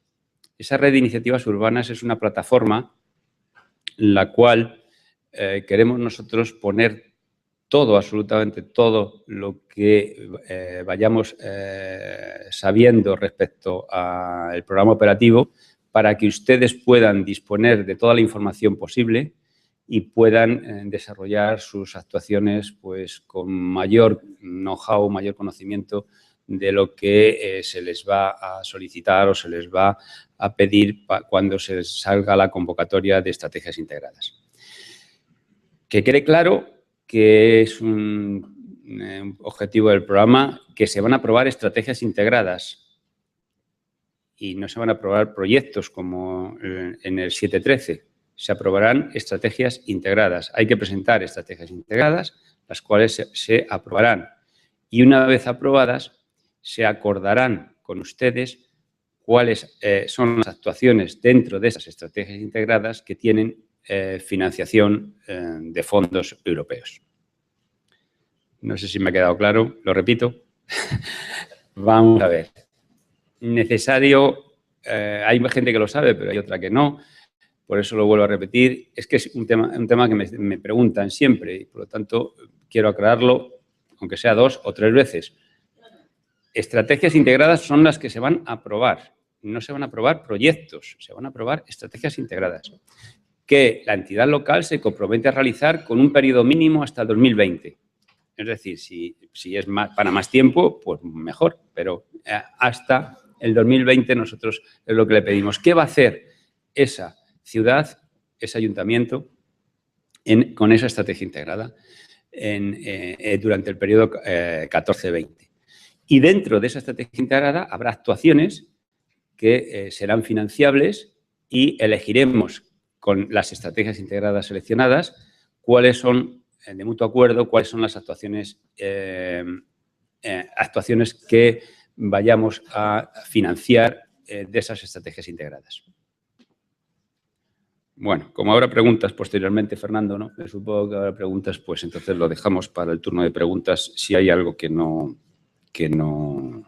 bueno, hay el último punto yo creo que es uno de los más importantes porque es sobre todo, además de podernos aclarar mucho esa estrategia integrada, es tiempo, ¿no? Que es el partenariado y participación ciudadana. Si no hay partenariado y participación ciudadana, no hay estrategia integrada.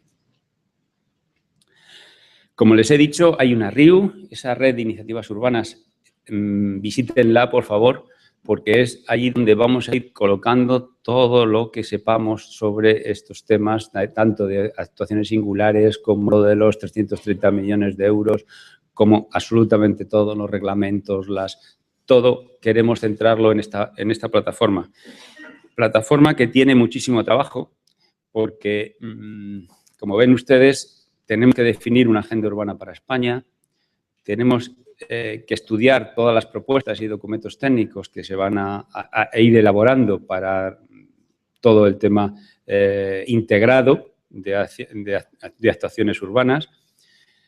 Tenemos que coordinar con otras redes y con otros fondos toda la planificación estratégica o toda la estrategia que se vaya a realizar. Tenemos que comunicar con ustedes, y eso es un fallo todavía de la red, lo reconozco, pero vamos a potenciarlo en breve y yo creo que a principios de febrero, mediados de febrero, te empezaremos a comunicar de una forma muy activa con ustedes a través de la red y no solamente con las entidades locales en sí, sino con toda la ciudadanía. Y luego también que sirva con el URBACT y con todos los proyectos que puedan existir, pues un intercambio de experiencias y difusión de buenas prácticas que se puedan realizar. Pensamos hacer 2 convocatorias de los 1.000 millones de euros, de tal manera que los que puedan en este momento, bueno, pues presentarse, que se presenten, y los que no han desarrollado todavía la estrategia puedan en un futuro poder presentarse también a otra convocatoria, que habrá otro dinero para esa segunda convocatoria. Por lo tanto, habrá unos intercambios de experiencias, cuáles son las estrategias que se han integradas, que se han aprobado y demás para una segunda convocatoria. Bueno, no quiero extenderme mucho porque yo creo que lo interesante aquí son las preguntas. Por lo tanto, bueno, como siempre, estoy abierto. Iba a subir por tarjetas y no, al final he estado hablando con todo el mundo y no he podido subir. De todas maneras, a través creo que soy accesible a todos. Mi mail pues, lo tienen casi todo el mundo. Si no, es totalmente abierto. A través de la red de iniciativas urbanas intentaremos responder a todas las preguntas que a ustedes se les puedan ocurrir. Muchísimas gracias.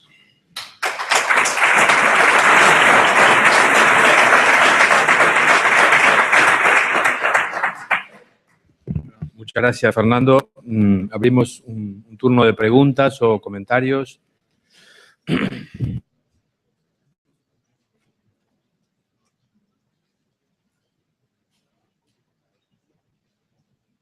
Gracias.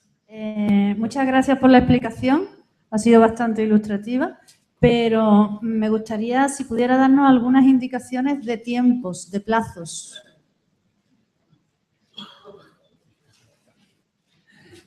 si decíamos si agrupar las preguntas o ir esa va a ser general, con lo cual la contesto ya para que no se vuelva a producir. Yo creo que es una... Vamos a ver, antes Cristina lo comentaba. Nosotros, nuestra obligación como gestores de fondos es gastarnos el dinero cuanto antes, bien gastado, y meterlo en el sistema productivo español cuanto antes. De tal manera que no perdamos ni un euro ni dejemos de que un euro produzca en España. Es un dinero que está fuera de España y queremos que entre aquí cuanto antes. De tal manera que nuestra obligación es que esos 22 programas que ustedes han oído antes, estamos trabajando ímprobamente con gente desplazada en Bruselas para además no perder el tiempo de viajes, para que se puedan aprobar inmediatamente. Según se vayan aprobando esos programas, nosotros vamos a ir sacando las convocatorias de todos, no solamente de lo que he hablado, porque también hay oportunidades en el de crecimiento inteligente para los ayuntamientos, todo el tema de Smart Cities y demás. Bueno, pues todo el tema de I+D+I, va a haber 4.000 millones de euros para I+D+I en el próximo periodo. También pueden ustedes presentarse a las convocatorias que saquen CEDETI o alguno de estos organismos intermedios que puedan gestionar estos fondos.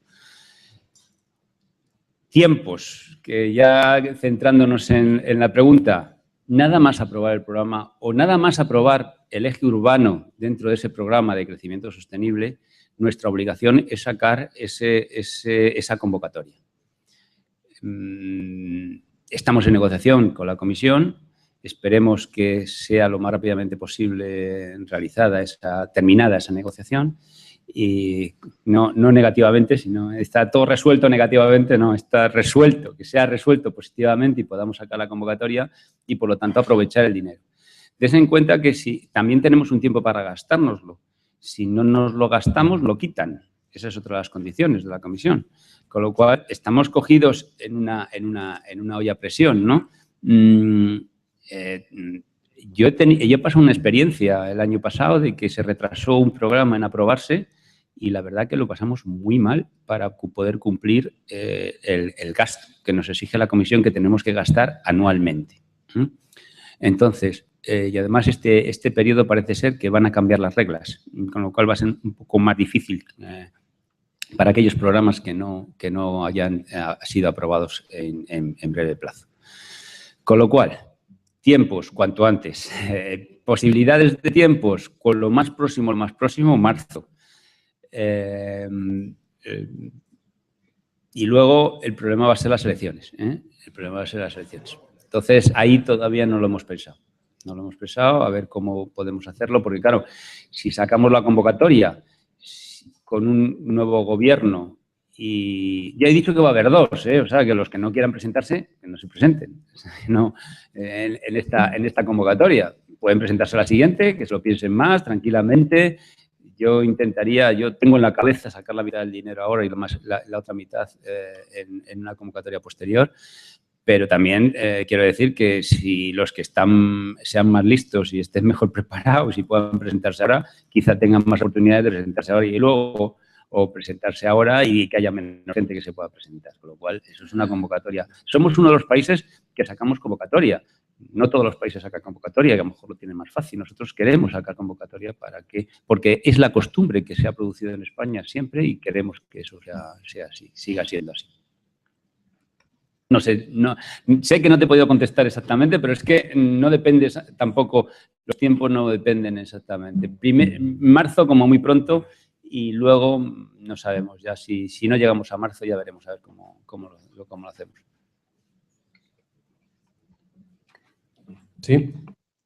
Sí, Josep Rodríguez, de Diputación de Barcelona. Los reglamentos del FEDER de este periodo hablan bastante, cuando hablan de desarrollo urbano, del tema de las áreas funcionales. Entonces, quería preguntar si en esta convocatoria, teniendo en cuenta este aspecto y teniendo también en cuenta este enfoque de estrategias integradas, si los proyectos irán dirigidos únicamente a ciudades o se abre la posibilidad de que otras entidades locales de tipo supramunicipal sean diputaciones, áreas metropolitanas u otro tipo de entidades locales, podrían ser beneficiarias de esta convocatoria? Pues muchas gracias por la pregunta. De verdad que eso estamos con la comisión, en este momento estamos negociando eso. Nosotros entendemos que es necesario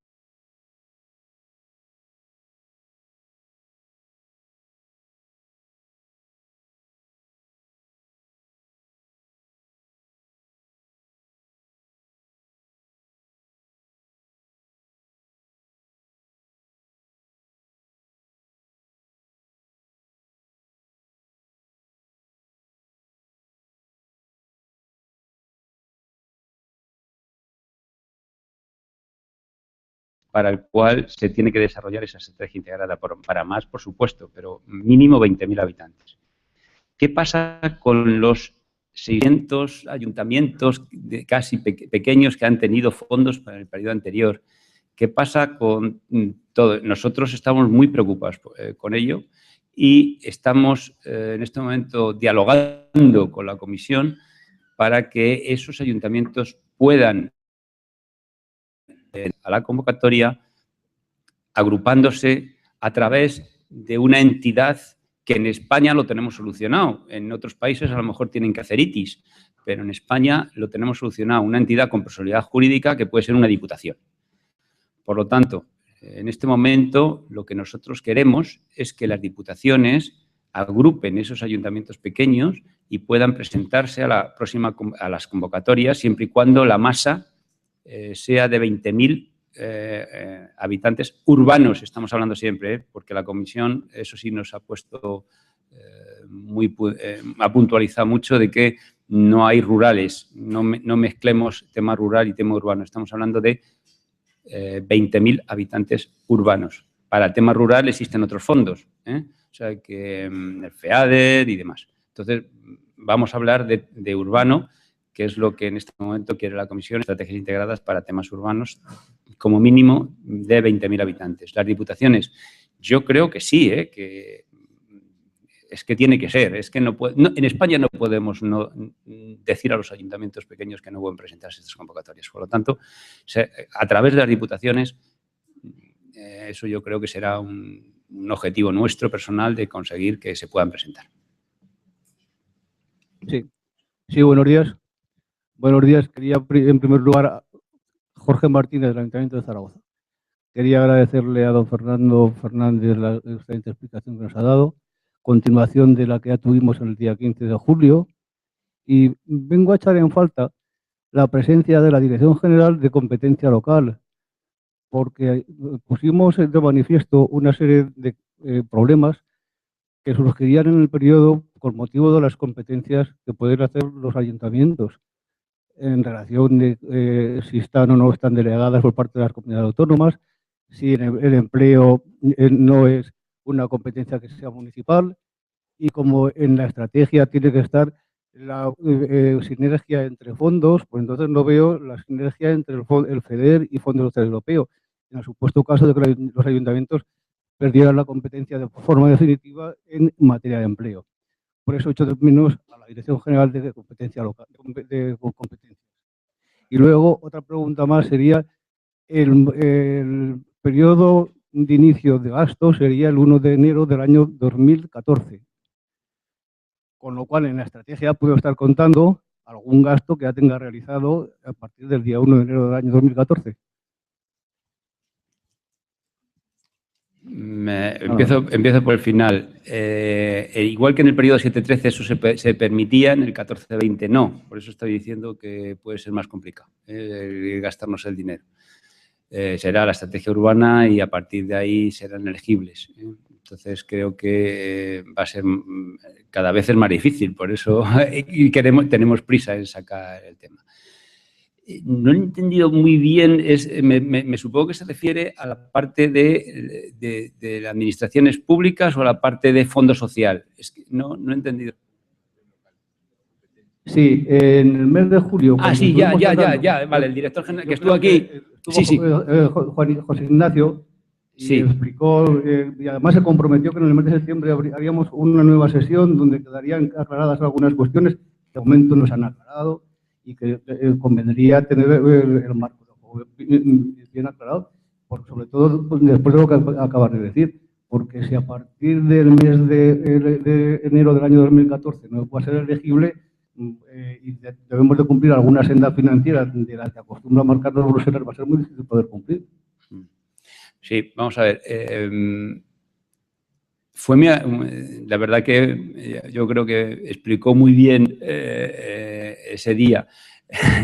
No, yo creo que sí, pero explicó muy bien que, claro, los ayuntamientos tienen que tener las competencias. La verdad que casi todos, en un momento determinado, empezaban a resolver ese problema con decretos dentro de la comunidad en el que establecía que la comunidad trasladaba las competencias a los ayuntamientos.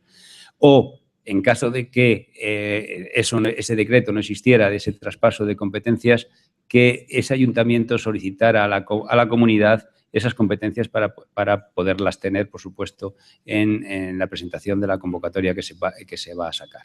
Con lo cual, el tema competencial parecía solucionado y entonces quedaba el otro, que era el tema económico, ¿no? La posibilidad de presentarse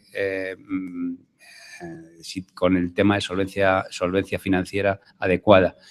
Ese se va a exigir, por supuesto, ¿eh? Entonces, y eso a través de los interventores serán los que fijen la norma para poderse presentar o no a estas convocatorias. Me han dicho que tengo que ser más breve en mis respuestas. Intento acortarlas. Sí, hola. No, y además una cosa, por favor, ¿os podéis poner de pie para que os veamos? Es que a veces no sabemos ni dónde estamos y que os vea la gente y al contestaros también personalizar la cosa. Que estáis saliendo en internet y entonces pues... Sí, buenas tardes. Rafael Rovira de Yecla. No sé si el del departamento que usted representa va a poder responder a la siguiente pregunta, pero no obstante no queremos perder la oportunidad.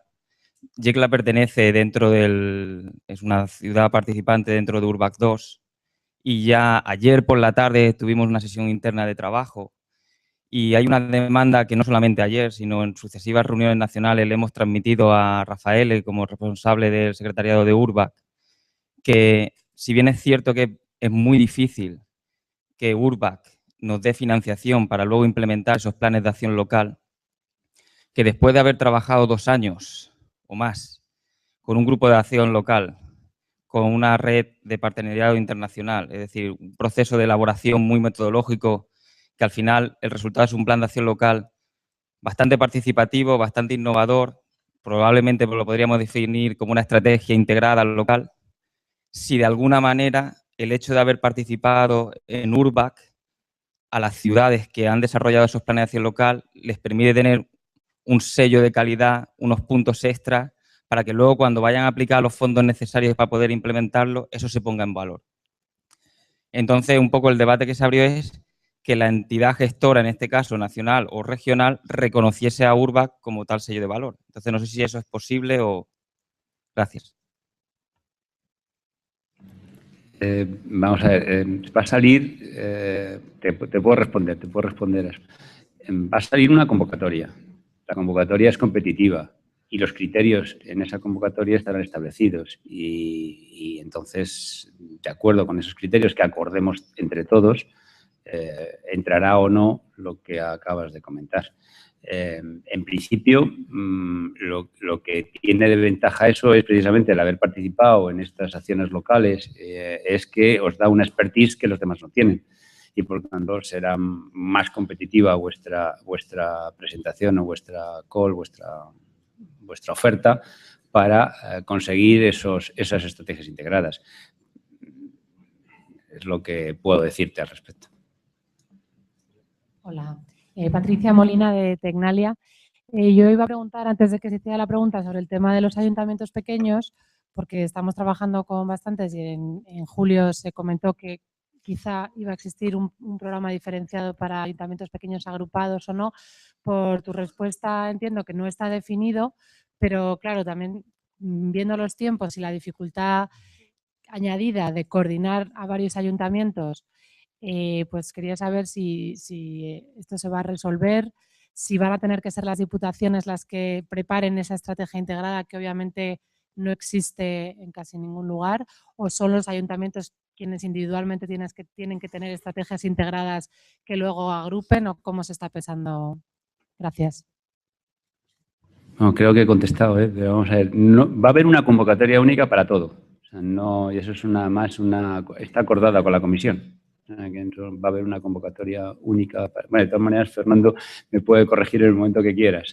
Pero vamos, va a haber una convocatoria única para todos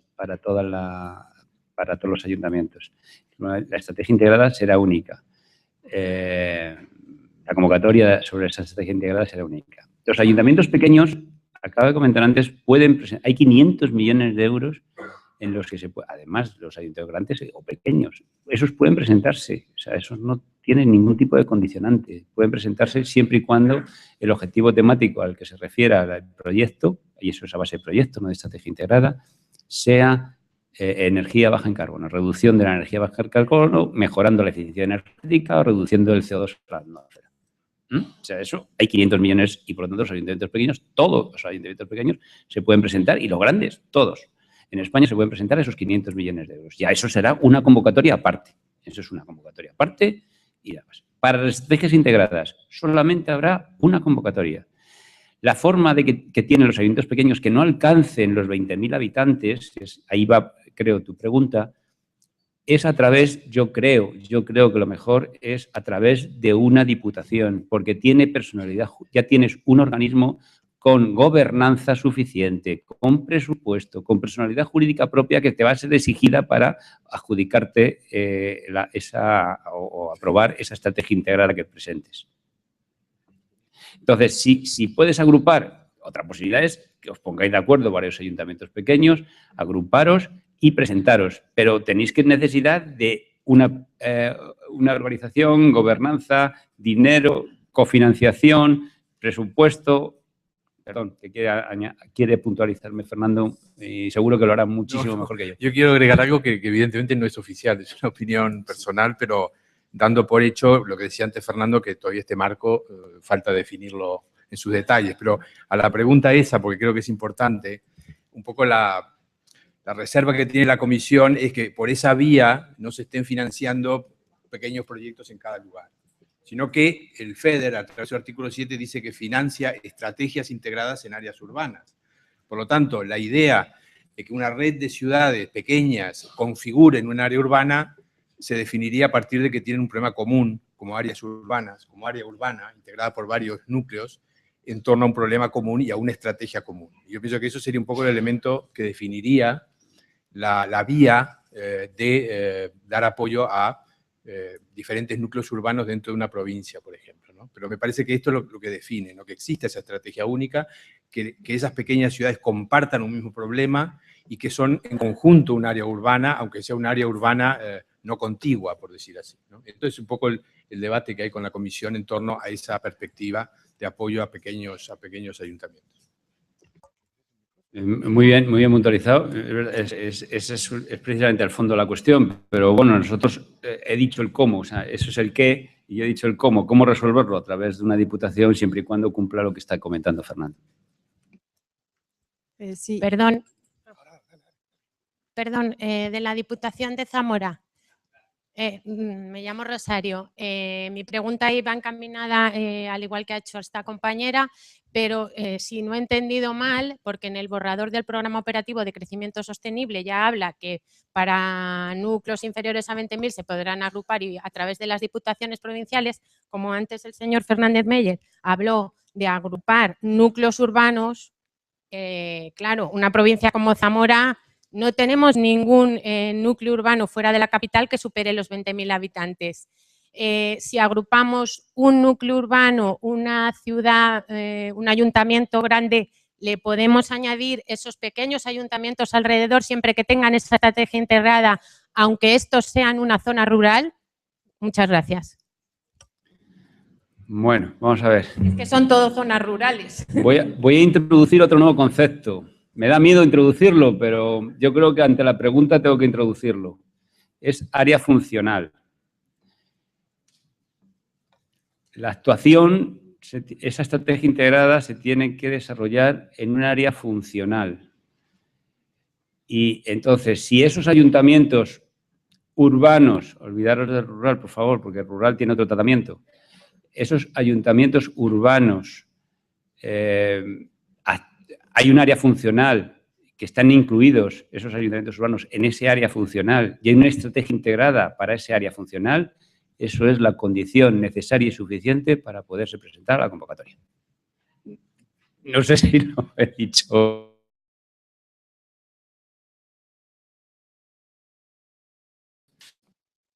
Sí, soy Alfonso Barrios de Tomares, Sevilla. Quería hacer un ruego, si se puede trasladar al Ministerio de Hacienda. Los últimos años, bueno, además de responsable de proyectos de desarrollo, proyecto europeo, soy interventor. Entonces, quería decir que los últimos años los ayuntamientos pues, hemos hecho un enorme esfuerzo en sanear. Esto es una acción loable, tenía que haberse hecho hace muchos años. Alguien cogió el toro por los cuernos y está bien. ¿De acuerdo? Yo a esto no lo voy a criticar porque me parece correcto el saneamiento, el saber cómo están las cuentas, el equilibrarlas y poder presentar unas cuentas sostenibles a los ciudadanos. Pero es verdad que esta política de restricción en cuanto a las inversiones ha generado que muchos ayuntamientos no hayan podido, aun teniendo subvenciones o teniendo proyectos aprobados, no han podido ejecutarlos, puesto que la aportación de la cofinanciación, entre un 20 y un 30%, no era equiparable a la política de saneamiento, de sostenibilidad y de equilibrio presupuestario. Entonces han tenido que renunciar, muchos ayuntamientos han tenido que renunciar a planes ya concedidos. Para la nueva política, la estrategia integrada se va a transformar o se va a traducir en proyectos. Estos proyectos tienen una cofinanciación. Esta cofinanciación es inversión. Esta inversión computa a la hora de la estabilidad presupuestaria, computa a la hora de si la inversión es sostenible y computa a la hora de la presentación de las cuentas públicas. Mi ruego es, es muy injusto que una corporación local se haya dedicado 4 años a ahorrar, a limpiar las cuentas municipales y no ha hecho nada. Ha hecho los deberes, ha trabajado por la economía nacional, pero no ha podido invertir en lo local. Ahora perderán las elecciones y vendrán otros que volverán a gastarse el dinero. Esto es muy injusto para estos alcaldes que han hecho los deberes, muy injusto. Entonces yo creo que esto hay que corregirlo. Mi propuesta es, las inversiones, la cofinanciación del 20 o el 30% no debe computarse para el débito local, porque es una inversión estratégica de Estado. Se está diciendo por parte del Ministerio, queremos gastar el dinero, no devolverlo, tenemos que gastarlo. Pero ¿cómo vamos a gastarlo con las restricciones legales que tenemos actualmente? Es imposible. Por lo tanto, el Ministerio tiene que declarar esta participación fuera de la estabilidad presupuestaria, fuera de la sostenibilidad y declararla estratégica por la economía nacional. Y generaría mucho más interés por parte de esta. Muchas gracias.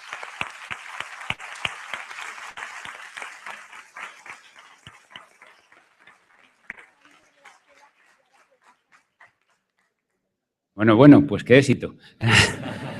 Vamos a ver.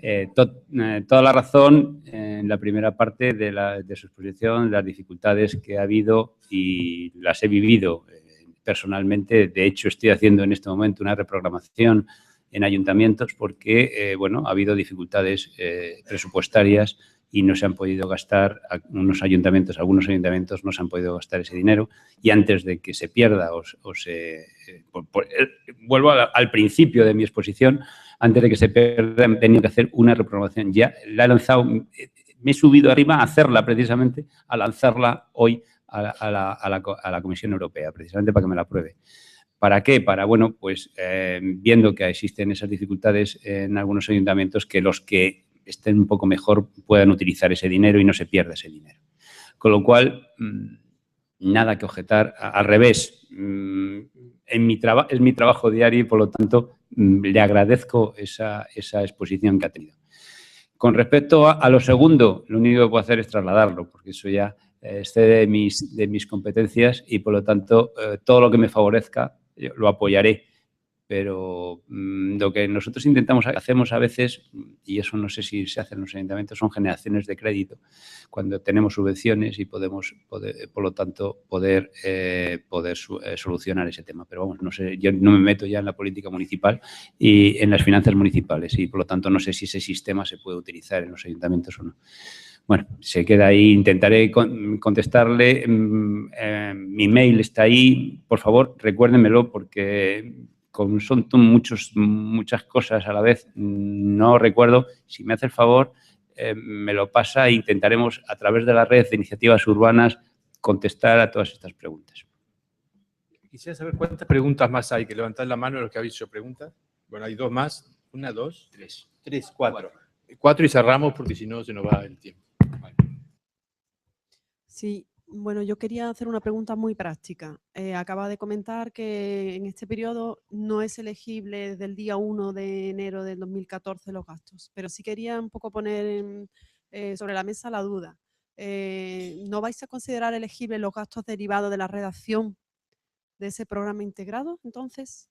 Bajo ningún concepto, porque sí tiene que ver mucho con lo que acaba de decir este señor antes.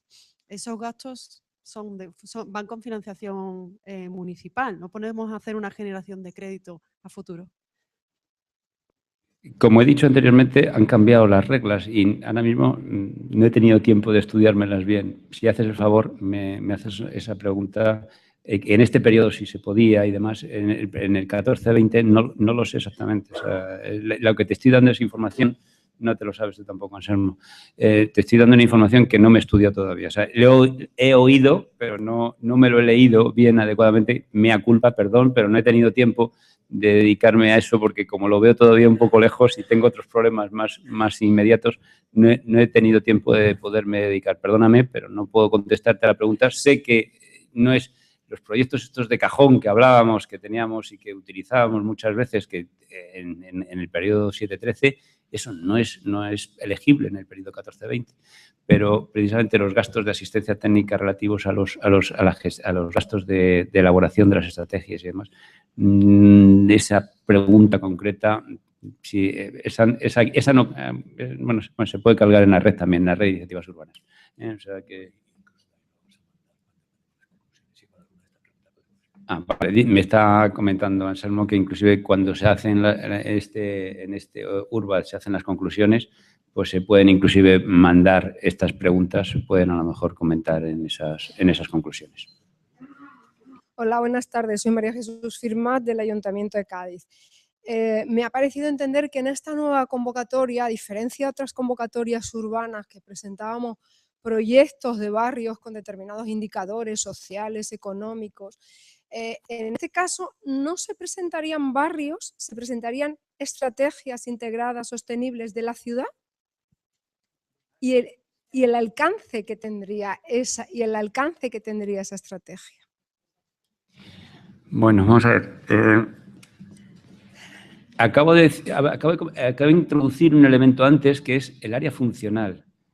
Si ese barrio es un área funcional, que es un problema que el ayuntamiento ha visto, entonces, bueno, pues esa es la estrategia integrada de ese ayuntamiento, no de la ciudad entera, sino del área funcional, que mínimo 20.000 habitantes, como siempre. Si el área funcional que tú ves es una estrategia, ese barrio son 20.000 habitantes, pues entonces entraría, si no serían varios barrios o varias actuaciones que se deben de realizar en esa estrategia integrada.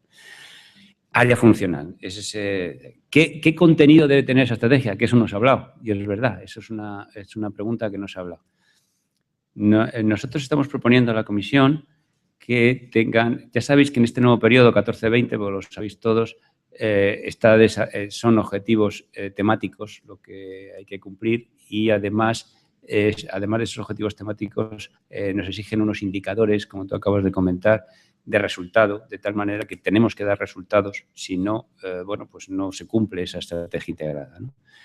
Por lo tanto, el contenido de esa estrategia estamos proponiendo a la comisión que sean el objetivo temático 4 de economía baja en carbono, imprescindible, el objetivo temático de social, imprescindible, y luego un tercero, o 4 o más, los dos son imprescindibles esos dos, y luego otros más, que eso depende un poco del problema que vosotros veáis en ese área funcional, que pueden ser I+D+I, objetivo temático 1, tecnológico, objetivo temático 2, o medioambiental, objetivo temático 6, o de transporte, objetivo temático 7. De todas maneras, yo creo que en la red juraría que están metidos los... están en este momento en revisión porque la comisión nos ha pedido pasar a objetivo temático social, el 9, más dinero y entonces justamente hemos iniciado hace 2 días ante la petición de la comisión, la red está trabajando en conseguir cumplir uno de los objetivos de la comisión, que es rebajar uno de los objetivos temáticos, no me acuerdo cuál exactamente, y pasarlo al 9, de objetivo temático social. Entonces, hemos pedido opinión a todos los integrantes de esa red y estamos a la espera en este momento de contestación. Estamos dando 10 días porque hay prisa para aprobar el programa. Por lo tanto, me parece que son unos 10 días hábiles lo que les hemos dado para que nos contesten y que introduzcan esos indicadores de resultado. Con lo cual, en el momento que lo tengamos nuevo, aunque no esté aprobado, os lo ponemos para que también sepáis vosotros lo mismo que nosotros. O sea, yo lo que intento volcar en la red es lo que sé. Lo que no sé no lo puedo volcar. Entonces, en el momento que tengamos claro lo que queremos nuevo, de acuerdo con las peticiones del diálogo que mantenemos con la comisión, pues se pondrá en la red y vais a saber vosotros el dinero inclusive que hay en cada objetivo temático, que te digo, aumentará el objetivo temático 9 y será reducido el objetivo temático 6. 6 exactamente. Es que no me recordaba bien. El de transporte se reduce y se incrementa el social. Un 10%, tampoco es una gran cantidad. Sí. Hola, aquí. Buenos días. Yolanda Repullo, del Ayuntamiento de Sabadell. Han comentado que se iban a aprobar estrategias integradas y mi pregunta es respecto a qué mecanismo se prevé entre la aprobación de la estrategia integrada y el acuerdo conjuntamente con el Ministerio, entiendo, de las actuaciones que se van a financiar. También en tiempo, es decir, qué mecanismo y cuánto tiempo se prevé entre una cosa y la otra. Gracias. Bueno, buena pregunta. Esa es una discusión con la comisión, precisamente. El otro día hablamos de un microsegundo. Se llegó a hablar. No sé si te acuerdas, Fernando, pero decíamos, vale, de acuerdo, aprobamos la estrategia integrada y en un microsegundo acordamos con el ayuntamiento cuál es. No lo sé exactamente. O sea, sé que va a haber 2 fases, porque así parece ser que está acordado con la comisión. Todavía no está cerrado, pero bueno, en principio parece ser que admitimos esas 2 fases, que va a haber una fase de aprobación de estrategia integrada y cuando esté aprobada la estrategia integrada hablaremos con las entidades locales con esa estrategia integrada para ver qué actuaciones se eligen de común acuerdo. Tiempo de un microsegundo a un año, no sé, o sea, no lo sé, la verdad que no. Hombre, cuanto antes, como siempre, porque el tiempo nos apremia por todo lo que te acabo de comentar en mi exposición primera. Sí, buenos días. Ofelia Alvarado, de Gran Canaria, el Ayuntamiento de Santa Lucía. Quería hacer un ruego con respecto a una intervención también que ya ha hecho otro compañero y es las competencias que tenemos los ayuntamientos. Cuando hablamos de estrategia integrada, entiendo que no son soluciones a medias, sino también una solución integrada para los ayuntamientos y en eso la ley de competencias nos pone trabas. No es solución para un ayuntamiento pedir las competencias, una porque no, las competencias no decidimos nosotros si nos las ceden o no. Eso es una decisión de otros organismos y por otro lado, pues también obligaría a los ayuntamientos a obtener las competencias de cuestiones que no son competencias por querer dar una solución integrada dentro de un proyecto. Entonces, pues mi ruego va en que se estudien maneras de que los ayuntamientos podamos pues dar o presentar proyectos integrados sin tener que tener las competencias o que la solución para eso no sea solicitar las competencias íntegras en aquellas materias en las que no los tenemos. Gracias. Parece ser que vas a tener razón en la pregunta que es inicial. Vamos a ver, quiero también diferenciar, esto es URBACT. O sea, no estamos metidos en este momento en el tema urbano, es URBACT, por supuesto, ha sido tan amables los señores, el secretariado del URBACT, de permitirnos en este seminario pues hablar de futuro, que creo que la expectación está clara. Todas las visitas que tenemos en Internet y demás, pues está claro que es imprescindible.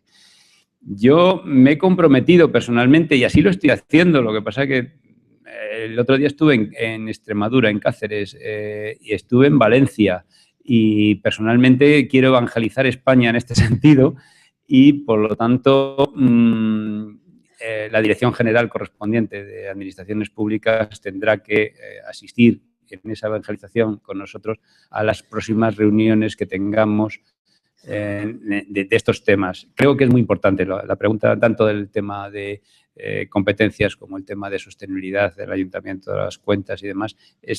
Son las dos preguntas que salieron el día 15 de julio, yo lo recuerdo perfectamente, que estaban ahí latentes y que es verdad que en algunas comunidades lo tienen resuelto, pero en otras no. Entonces, como es así, bueno, pues y todavía no está cerrado el acuerdo con la Comisión, tenemos tiempo durante estos meses de intentar a través de la Federación Española de Municipios, todos aquellos que están colaborando con nosotros o estamos trabajando conjuntamente con ellos para poder aportarles a ustedes toda la información que podamos tener o inclusive hacer conferencias in situ o en este mismo salón más profundamente cuando tengamos más datos. Y ese tema saldrá seguro. Y yo creo que desde el 15 de julio en el que se les puso estos problemas, yo creo que la mayor parte estaban resueltos. Porque empezaron a aparecer reales decretos a partir de entonces. Apareció el Real Decreto de Andalucía, el Real Decreto de Cataluña, en el que delegaba las competencias a los ayuntamientos, ¿no? Y que yo sepa, y yo creo que a lo mejor alguno más hay por ahí.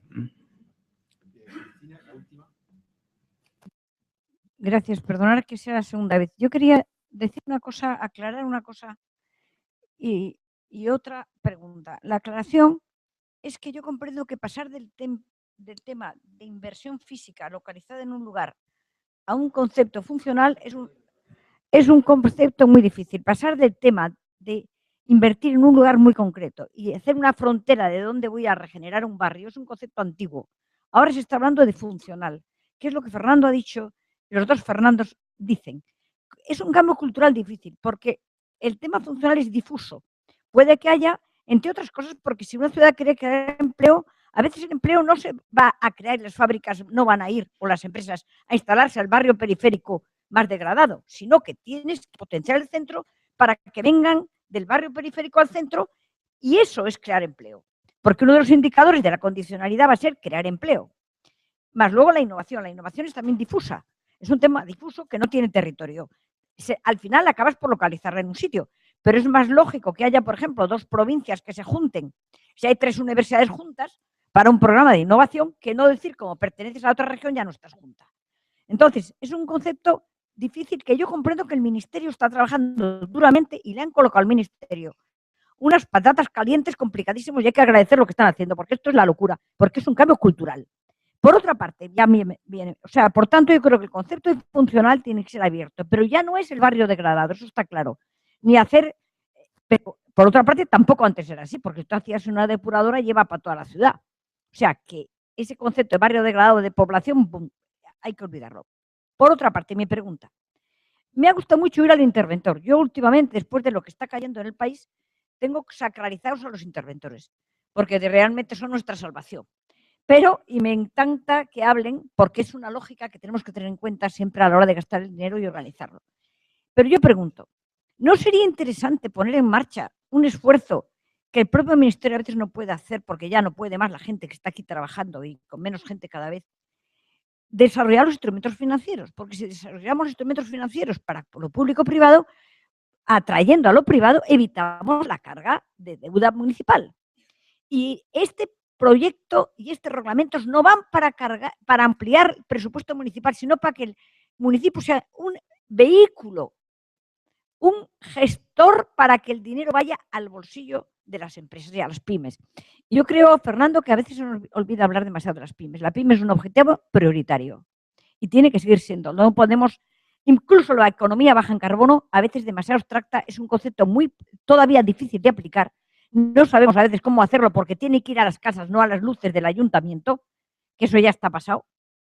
Esa ha sido la primera etapa. Tiene que entrar en las casas lo mismo que la banda ancha y eso va a ser la pequeña empresa la que lo haga. Perdona, pero me interesa mucho el tema de los instrumentos financieros. Gracias.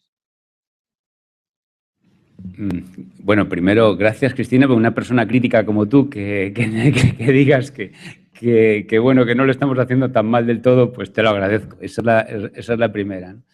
Respecto a la segunda, el tema de instrumentos financieros. Podríamos haber metido más instrumentos financieros. No nos hemos atrevido, la verdad, en meterlos. Nos hemos atrevido en el tema pymes. Como digo, hay 800 millones que van a salir en febrero, enero. En enero, febrero va a haber 800 millones para pymes. Que no solamente es dinero de la Administración General del Estado, sino que las comunidades autónomas de sus propios programas han cedido a ese instrumento financiero para atender a las empresas en sus regiones. De tal manera que nos hemos puesto de acuerdo, parece mentira, pero una de las cosas que el dinero a lo mejor nos pone de acuerdo, es que nos hemos puesto de acuerdo para tanto la Administración del Estado como las comunidades autónomas poner dinero todos para ayudar a esas pymes en cada región o en cada, de forma a nivel nacional también, porque hay dinero para todos. Instrumento financiero, ese. No está cerrado hacer instrumentos financieros. Ya que te contesto la pregunta, bueno, te contesto la pregunta de pymes, que va a haber dinero para pymes, 800 millones, que yo creo que para empezar, que pueden ser 3.000, acabo de decir, con un efecto revolving. Y la segunda parte, ¿va a haber más instrumentos financieros? En este momento las comunidades autónomas pueden hacer instrumentos financieros. Y por lo tanto, pues, y los ayuntamientos, como habéis dicho antes, también existe la posibilidad de hacer instrumentos financieros. En los programas operativos no hay más instrumentos financieros, no hemos creado más instrumentos financieros. Unos han tenido malas experiencias, otros han tenido buenas y, por lo tanto, no nos hemos atrevido a hacer nada más que este. Eso no quiere decir que esté cerrado. Aquellos, si hay masa crítica, porque es verdad que en las conferencias que doy me hacen esta pregunta. ¿Y hay instrumento financiero para poder invertir en estos proyectos locales? En principio no, pero si es una demanda en la que todos estamos de acuerdo y en la que creemos, pues yo no lo dejo por decir que no, ¿eh? O sea, que bueno, es ponerlo en la mesa y negociarlo con la comisión. En principio no. Fernando, muchas gracias. Bueno, y ¿hay más preguntas? Rápido, una última rápida.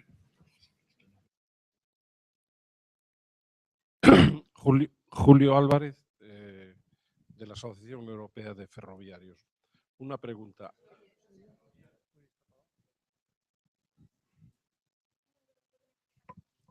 Sí, Julio Álvarez, de la Asociación Europea de Ferroviarios. Una pregunta.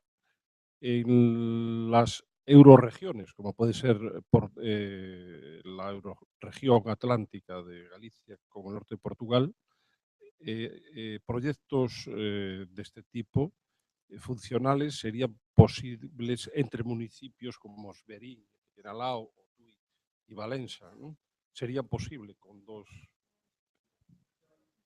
Bueno, yo lo digo para que sí, está preguntando que si hay posibilidades en proyectos con otros proyectos de la frontera portuguesa, ¿no? Y entonces si hay posibilidades de proyectos de este tipo con otros proyectos. Esos son los fondos del objetivo 2 que acabo de decir. En estos no entraría eso. Sí entraría dentro de los programas de cooperación territorial, el España-Portugal, para lo cual hay 280 millones de euros para el periodo que viene. O sea, hay 280 millones dedicados a ese tipo de proyectos de cooperación territorial europea en el España, dentro de la zona elegible del España-Portugal. Gracias, Fernando. Bueno, yo le doy la palabra rápidamente a Rafael, que nos va a hablar sobre el URBACT III. Yo pienso que es una parte muy importante de la mañana que tenemos que dedicar. Yo pienso que Rafael va a hacer una presentación práctica, por qué puede interesar a las ciudades, cómo pueden unirse y cuándo a URBACT III y dejar tiempo para vuestras preguntas y vuestros comentarios. Rafael. Thank you very much, Fernando. Thank you very much, Mr. Meyer, for your availability to answer all the questions. I think that given the number and the richness of the question, it's clear that for Spanish cities, it's extremely important to know and to understand how this money will be spent and used in Spain. And actually, this is something that we completely share and agree, because as Eddie was saying before, the real money, the real European money is at national and regional level. And it's only when this system is clearly, let's say, set up and ready to be implemented at URBACT with the little money that we propose to city, we can add value to the process. But it's extremely important to have this national system, regional system, well functioning for all the cities. But now let's have a look to how URBACT is trying to adapt itself, how it's evolving in order to work with this new context. Because as you can imagine, this is the Spanish context, but in all over Europe, member states are working probably in different ways, but on starting from the same principle, which is the Article 7 of the ERDF regulation. But before I start my presentation about URBACT III, I just wanted to share with you two considerations which I think are important to have in mind, because they will help you understanding my next slides. The first consideration is about the calendar. As you know, and as any other program, European program, URBACT is subject to a rather complex and long approval process. Just to be clear, for the time being, the new URBACT program, the URBACT III program, is not yet approved by the Commission. The Secretariat has sent to the European Commission the main strategic document, which is the operational program. We are now waiting for the final approval by the Commission. But in the meantime, we are also already starting designing the next program for city. This means that actually some of the things that I will present are not completely, let's say, stabilized. There are still some small things, I would say, that can change over the next months, according also with the discussion that we will have with the member states, for example, in Paris in a couple of weeks. This is the first consideration. The second consideration is about the difficult task for the Secretariat to find a balance between, in a way, the need to valorize and capitalize what we have been doing so far.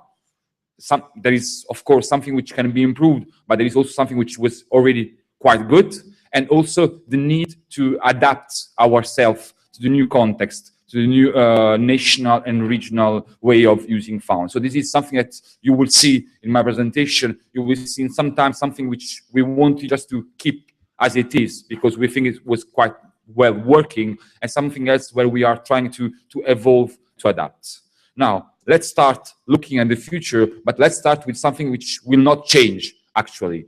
The main objective, strategic objective of the program will be the same. We have been asked by the Commission and the Member States to continue promoting the integrated and sustainable urban development in the cities. Actually, as a matter of fact, and as Eddie was saying, the objective is the same, but is even more important for the Commission and for the Member States, exactly because through the Article 7, hundreds of cities all around Europe will be requested to work in an integrated way, with an integrated approach. And this is the reason why, as Eddie mentioned, the URBACT program is the only European territorial cooperation program receiving an increase, an important increase in the total budget. We received a 40% increase. We are moving from the 60 million euro we had for the previous period to almost 90 million euro for the next period. So we think this is kind of recognition for the program and also recognition of the importance for the next period for the integrated urban development. Let's say the new things, the new features start being clear and evident when we start looking at the operational program. The promotion of the integrated approach is the strategic objective, but then we have practical, operational objective. Here, first of all, I think it's important to stress that the Commission and the Member States explicitly recognize that URBACT is a program for capacity building. URBACT is not a program for investment. It's not a program to fund infrastructure or development projects on the ground. URBACT is a project for the people working behind each infrastructure and its main project at local level. So in a way, we work on the human capital of the city, dealing with the integrated approach. Then we have been asked to continue working with cities willing to design policies, willing to develop, generate ideas on how to design better local policies. But in the same time, and this is probably the main new feature of the program, the Commission and the Member States asked URBACT to work not only with cities designing policies, but also with cities having already policies, plans, and now in the phase of implementing these policies. I think that there are at least two main reasons behind this new request to the program. First of all is because, as we were saying just before, hundreds of cities will be working on integrated approaches, and in some cases, because of the calendar of the call for proposal, they cannot just URBACT to design the strategy. As we have heard just now, probably by March, next March, some cities here in the room, they will be asked to already provide a strategy. So they cannot design the strategy with URBACT because this will take probably too long to be implemented. So this is the first reason why they asked us to work. And the second reason is because basically according to all the studies that have been done in Europe, implementing an integrated strategy can be as challenging as designing the policy. Implementing an integrated strategy means for a city to have clear in mind how to keep the integrated approach, how to work with the public procurement, how to work with the monitoring system of the different action, how to communicate about the action being implemented. So we believe that for these areas, for these challenges, URBACT can again provide an added value by allowing cities to share experiences and good practice all around Europe. And finally, the Commission and the Member States are asking again the URBACT program to do this work of capitalization, of capturing the knowledge that the network produces and to make it available to a wider audience of cities all around Europe. So these are the main four objectives, and with the real new feature, which is the request to work also with cities already implementing plans, not only with the cities designing strategies and policies. As for URBACT II, the activities of the program will be structured again around the three main blocks of activities. First of all, but what is new is that for each block of activities, we have some innovations, some new features that we would like to propose to cities. We will have, first of all, the transnational exchange activities, and this again will be the core business of the program. Again, I think that we will spend more than 80% of the 90 million we have to finance networks of cities. And here, as we will see, we have a diversified offer of types of networks for cities. We will continue working on capacity building because we still believe that participative approach, and we heard again now that the participative approach is even a condition to access to the ERDF fund linked to Article 7. So we will keep working on capacity building. We will try to enhance and to improve what we have been doing so far, like the Summer University or the National Training Scheme. And then we will, of course, keep working on capitalization and dissemination. And here again, trying to introduce some new features, as for example, the new website that we are almost ready to launch in a couple of weeks. But now let's focus on the transnational activities, because as I said this morning, this is the main entry point. This is the main door for a city to be part of the URBACT program. Having in mind the two considerations that I did before, first of all, we have to adapt ourselves to the new context. And second, because we have been explicitly requested to work with cities implementing integrated strategies, the result is that for the next program, we will have a diversified offer of networks with 3 types of networks instead of just one, as it's the case now in URBACT II. We will have the action planning network. This is the new name for the traditional network, for the thematic network. This is for cities, and we will see them in detail in a minute. But the action planning network is for cities willing to design policies. starting from the problem, going to the strategy, to the idea, to the plan. Then we have the implementation network, where we will work with the cities having already a plan, having already the funds to implement the plan, and in the phases of implementing the action. And then we have a transfer network where the objective is to see how cities can reuse, readapt good practices tested somewhere else in Europe. Now, let's have a look quite quickly, because we are almost half an hour late, for each of the three networks. So first of all, the action planning network. As I say, this is the new name for something traditional, for something we have already been working with. This is a network for cities willing to design integrated strategy. Here, the activities are as the one I described this morning, is exchange activities to learn from the other cities on how to deal with a specific problem, and then working at local level with local stakeholders to co-produce a local action plan. I think that this morning, through the different presentation that we had a real good overview of what this means for a city developing a local action plan together with local stakeholders. The second type of networks, which is the first new type of network, the implementation network. As I was saying here, the target audience is composed by cities having already a plan, and now in the phase of implementing the action included in the plan. When we say having already a plan, of course, this can mean for sure a plan approved in the framework of the Initiative Urbana, for example. Can be also a plan approved in the framework of a regional operational program, because as we were saying before, the Initiative Urbana is just part of the story, but then the region will have more money for municipality.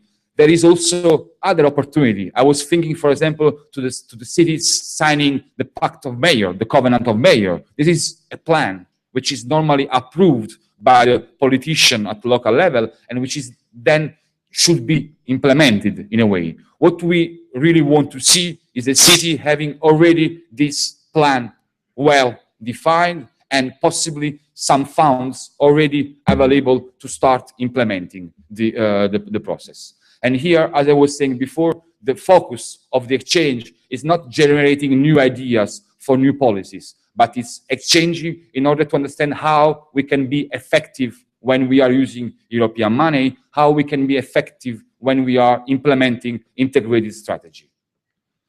We know that, for example, once you have your plan approved, a question can be how you can, and yesterday we were discussing with our colleague from Moyer de Valais, how the city can change the way they procure services, how the city can be innovative by working with unusual suspects in the city, how the city will monitor the integrated approach, because again, this is, I guess, this is a strong requirement from any managing authority to have indicators for your strategy, but how do you follow up your indicators? So these are the type of issue that an implementation network, cities in implementation network will work on in the framework of the network. And finally, here we have just one thing about the implementation network. Of course, here the main output is not a local action plan, because the plan is already there. The main output here is the increased capacity of the city to implement the plan. And this means that sometimes this can also mean that the cities, because they are going through this process, they will be also able or obliged to modify the strategy, because while implementing, they discover that some bits of the strategy is not really working, it's not probably well thought or well defined. So it's not only looking at the implementation, but sometimes can be also like improving and changing and modifying the initial plan. And then the third type of network, which is the transfer network.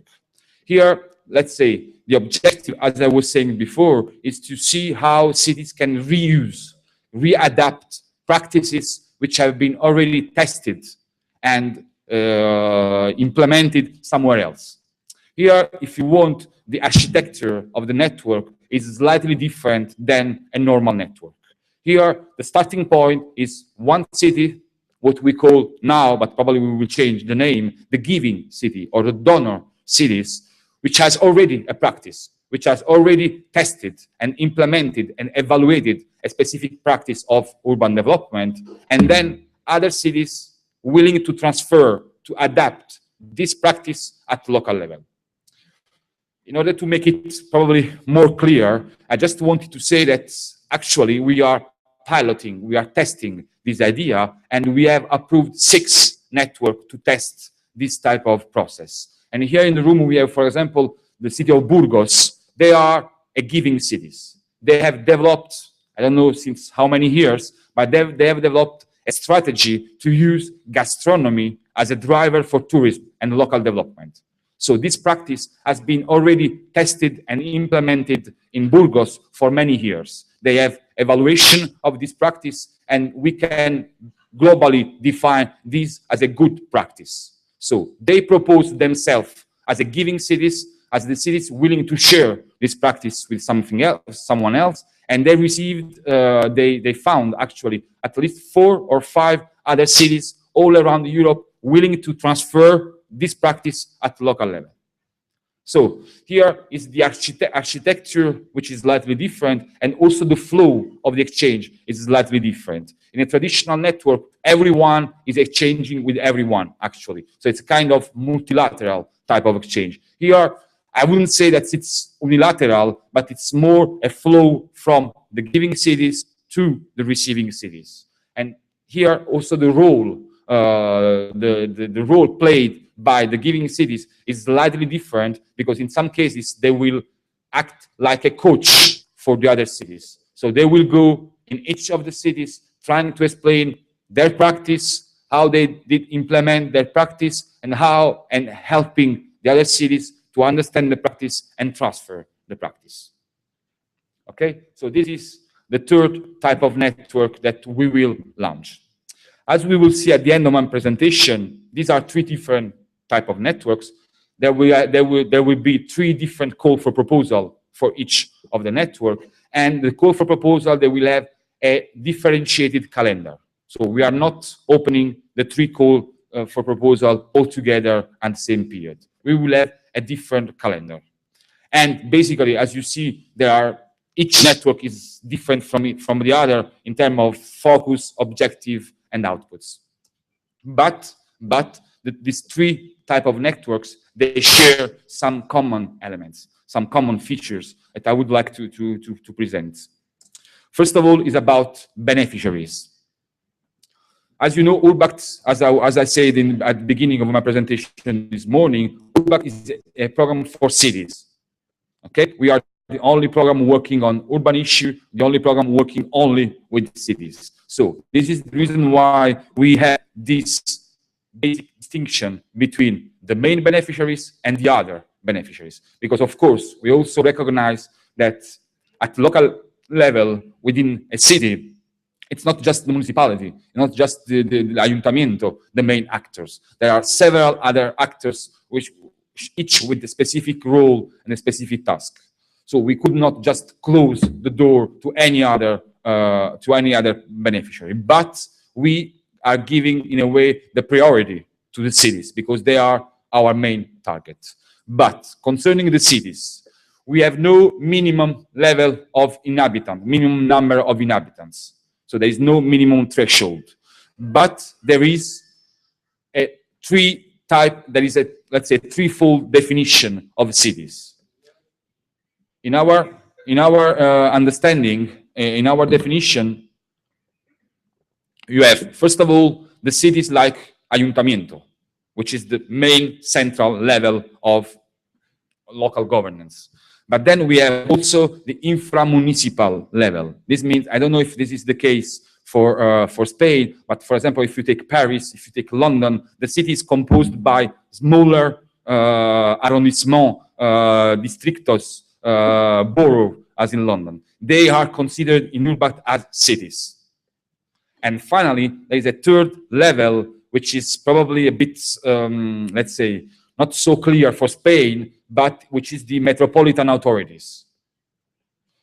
it is not so clear for Spain, not because, I mean, I'm sure that you understand what I mean by metropolitan authorities. The only fact is, as far as I know, the metropolitan level is not part of your, let's say, normal constitutional organization of local governance. But for example, in France, you have the communauté d'agglomération. In Italy, the government has just created 14 metropolitan authorities, replacing the Diputación. So it's this level, but it should be a level legally recognized by the government as a level of local governance. And as far as I know, this is not the case for Spain. So for Spanish cities, the main, let's say, definition which applies to Spanish city is the definition of ayuntamientos.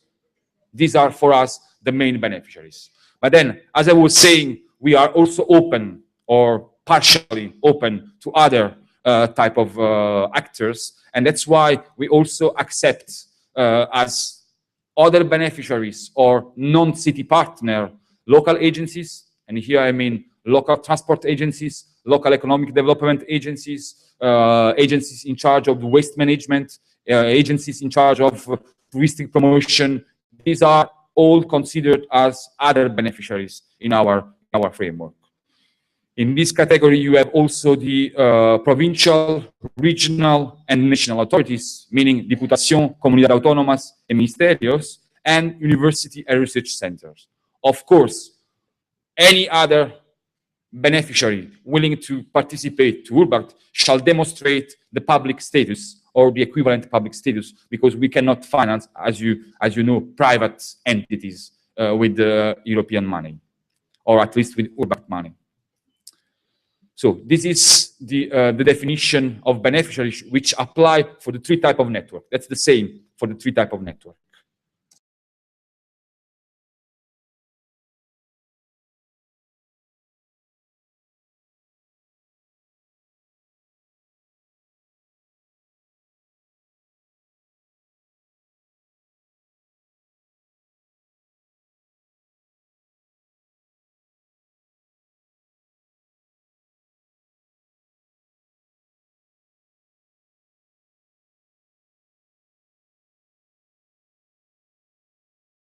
Second, each partnership is, of course, composed by a limited number of partners.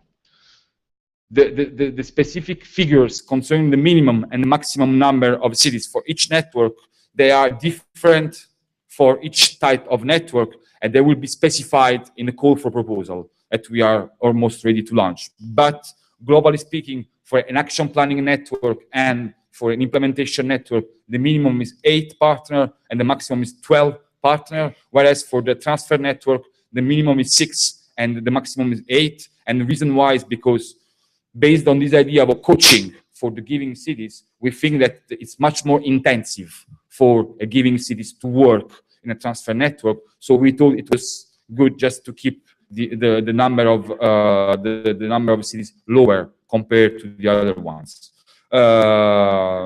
Within this partnership, only 3 non-city partners or only 3 other beneficiaries can be part of the network, and only in phase 2, because as we will see later on, we will keep this idea of each project structured around 2 phases, a phase 1 and a phase 2.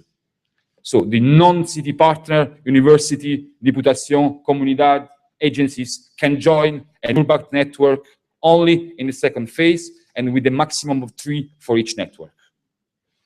I really stress the importance of this information because this will be part of the eligibility criteria that we will set up for each call for proposal. So this means that if we receive an application with a lead partner, which is not the city, I mean, this is ineligible, mechanically ineligible. There is no argument, there is no discussion. It's in the bin. The same is for the a network with more than proposing with more than 4 or 5 non-city partners. This is again a mechanical type of check. If we receive with 5, 6 non-city partners, the project is not eligible. In particular, and probably I'm, let's say, anticipating some of the questions that you have, there are all around Europe, I would say, hundreds of different legislations about local agencies. As you can imagine, we are not able to understand all the legislation all around Europe. So if you are from an entity, if you are from an agency, and you are wondering whether you are in the other beneficiaries, whether you are in the main beneficiaries, whether you are public or equivalent public, my suggestion, and this is the process that we have with all member states, please contact us. We will ask you to send us your legal status in local language. So in this case, this will be in Spanish. And then we will ask the ministry to do the check for us according to the national legislation. Because as you can imagine, we cannot check for the 28 and more national legislation. And finally, as it was the case for URBACT II, also in URBACT III, we are asking each partnership to be balanced. Balanced means that each network shall have almost an equal number of cities. From now it's less developed and more developed. Before was convergence and competitiveness cities. This is again a basic requirement and is also an eligibility criteria to be approved in the framework of the program. Okay, third common element for the three type of network is the funding scheme. So first of all, a new feature of the program for the next period, we will have, let's say, not a fixed amount of budget for all network, but we will have like a range of total budget, starting from 600,000 euro to 750,000 euro. The difference is based basically on the number of partners the project is proposing and the number of activities the project is proposing. I mean, if we have a project with 8 partners and another one with 12 partners, we believe that the one with 12 partners should receive more money from URBACT. If we have 2 networks, one is proposing to organize 4 transnational meetings, the other one is proposing to organize 10 transnational meetings, we believe that there should be a different financial treatment for the two networks. This was not the case in the actual program, but this is a new feature that we are introducing now. In terms of co-financing, as you know, URBACT, as any other European program, does not finance 100% of the costs of a project. But we have quite high co-financing rates, in particular for the less developed and transition region, we finance up to 85% of the final amount, whereas for the cities in more developed region, the co-financing rate is 70%. Then, as it was the case in URBACT II, for the 3 type of project, we are adding more money to each of the network in order to pay for the expert, for the lead expert and thematic expert.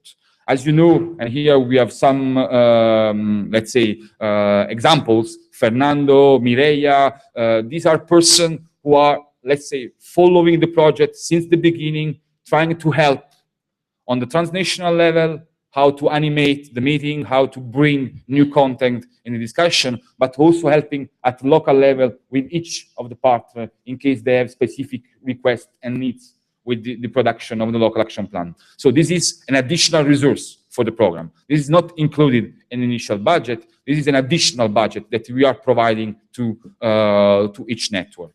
And finally, as it was the case right now, we are also developing a number of, let's say, collateral or lateral activities in order to support the network. So we will keep working on capacity building. We will organize new summer universities. We will have new national schemes. We will have new training for elected. So we are trying to keep what was okay and fine in the previous period and trying to improve it for the future. And then, of course, we will do training for local coordinators. We will do training for experts. So this is all the other activities that we are developing in order to support all the projects. Now, how to join? Here you have the, let's see, the basic process on how to, for the creation of a network. Everything starts with a call for proposal. Call for proposal, as you can imagine, is a very competitive process.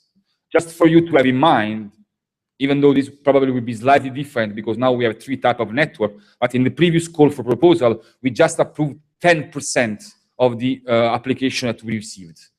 We received more than 150 applications and we just approved 15 networks. So this is just for you to have in mind that, of course, I'm not discouraging you, of course, but I think it's quite honest from my side to say that, of course, this is a competitive process. And also another factor to have in mind is that probably URBACT will be the first European program to open a call for proposal next year. So as you can imagine, that can create kind of, let's say, quite huge numbers of cities interested in the program. But everything starts with a call for proposal. Normally, a call for proposal remains open for 3 months. So since the opening till the deadline for submission, there are normally 3 months time. At the end of the 3 months, the lead partner, only the lead partner will submit what we call declaration of interest, or probably we would change the name, but it's the initial proposal. Okay? In this initial proposal, lead partner shall present the project idea, the topic they want to address, and only an initial partnership. So we are not asking to have already the 12 or the 8 partner, but just would be on average 5 initial partner, including the lead partner, and only cities. In this initial partnership, only cities can be part of the process.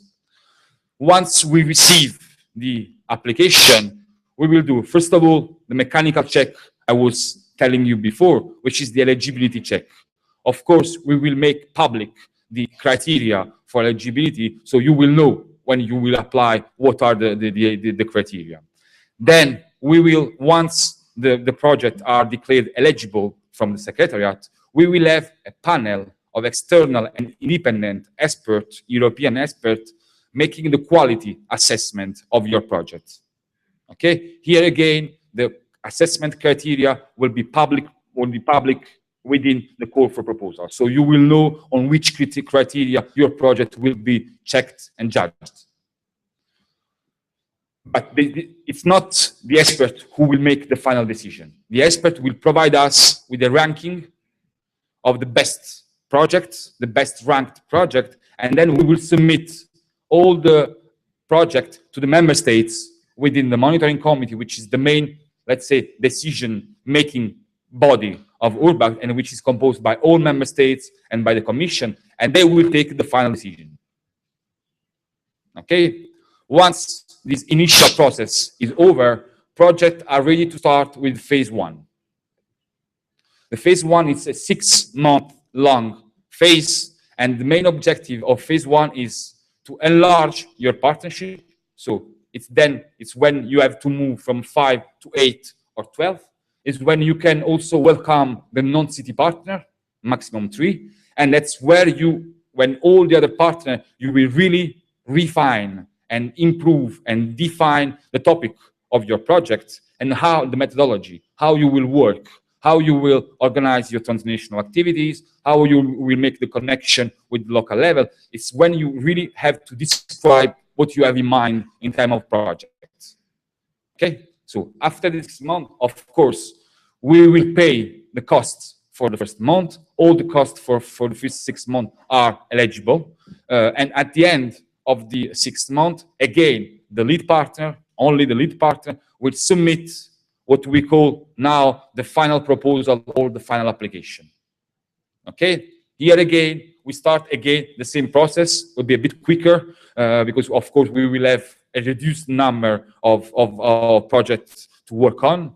And we will do again an eligibility check and again an assessment, quality assessment by the project. Of course, we have no interest because, of course, we are already investing money on the phase 1 of the project. So we have no interest, real interest to stop project from phase 1 on phase 2, but that's something which can happen. And actually, in the previous call for proposal, we had already some projects not going through the process and being stopped at phase 1. So it's really important for the project approved in phase 1 to take it seriously and to really work in order to build a good project for the future. And then, of course, once we receive the final approval by the monitoring committee, the network will start their real activities, their real implementation exchange activities over 24 months. So altogether, you have 30 months activities in URBACT. 6 months, phase 1, 24 months, phase 2. Now, as I was saying, I've almost finished. As I was saying before, we will have three different call for proposal, each for each type of network, and almost for sure for each type of network, we will repeat the call for proposal twice. So we will have 2 call for proposal for action planning, 2 call for proposal for implementation, and 2 for transfer. And this is over the 7-year period till 2020. Now, for the first call for proposal that we will launch, here you have the calendar, which is, as I was saying, a differentiated calendar for the 3 type of network. The first one that we will launch is for action planning network. As a network as the thematic network you are already involved in some cases, here is to develop new policies, to design new policies. This should be launched beginning of 2015, probably March 2015. And then we will launch the other 2 call for proposal for end of 2015. We are still in discussion with member states and commission. I just go back to the to this slide just to make it clear that for cities there are 2 main moments to join a network. Whether you are at the beginning of the process and you want to be a lead partner or to want to be partner of the initial partnership. This is the first occasion you have to join a network. And then, of course, the second occasion is when the project is already approved for phase 1 and you start looking for other partners. Okay, so whether you bet since the beginning, trying to get through, and at the beginning, whether you wait and see which are the projects approved, whether there is one which is interesting for you, and then you can apply for this.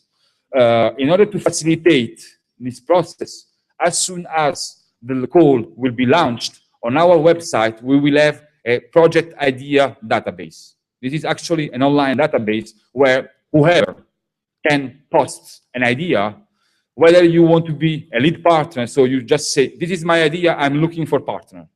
But probably you don't want to be a lead partner, so you can just post, this is my idea, I don't want to be a lead partner. Is there anyone who is willing to be a lead partner?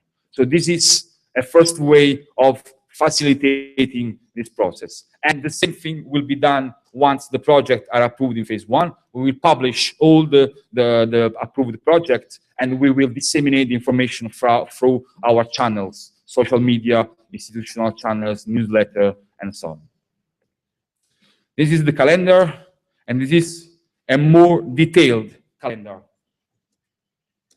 at least for the first call for proposal that we are going to launch. So as I was saying, normally we hope to be ready to launch the first call for proposal for action planning network in March 2015. Between March and June 2015, the call will be open and the database on the website will be ready.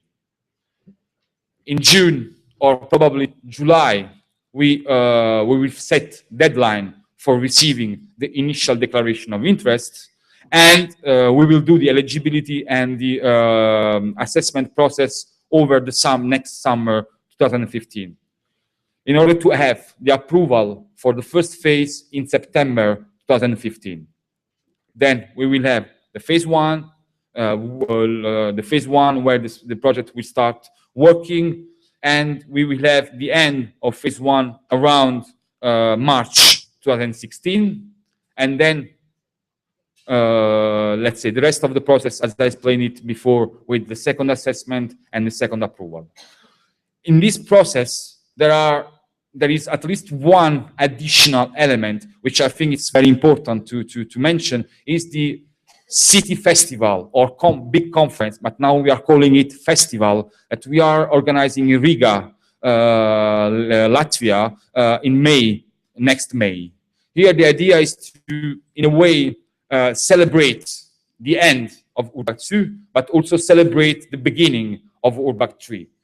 It's a festival because we are trying to do something different compared to the traditional conferences. We are trying to have several events within the conference. We are trying really to work together with the city of Riga, so there will be activities spread all over the cities, and also because there will be some, let's say, free space, free moment for cities just to meet each other and to do networking.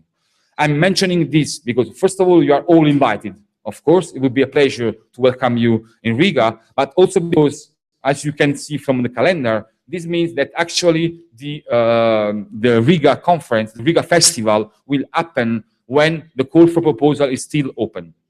So this will be also an opportunity there in Riga to meet other cities preparing projects and probably making connection and preparing joint application for the future. So we will, of course, organize networking moments in Riga to facilitate this. So this is quite quickly the overview about the next programming period. As I was saying, this is now some things that I presented will be discussed with member states in the coming weeks. We are now producing what we call the program manual. The program manual is really the reference document for you, for city, to understand how the program works and to understand to which network you could be interested. And then, of course, we have also the document, which is the call for proposal, where you have all the technical specification in order to apply in a network. So this was my presentation, and now, of course, I'm happy to answer your question.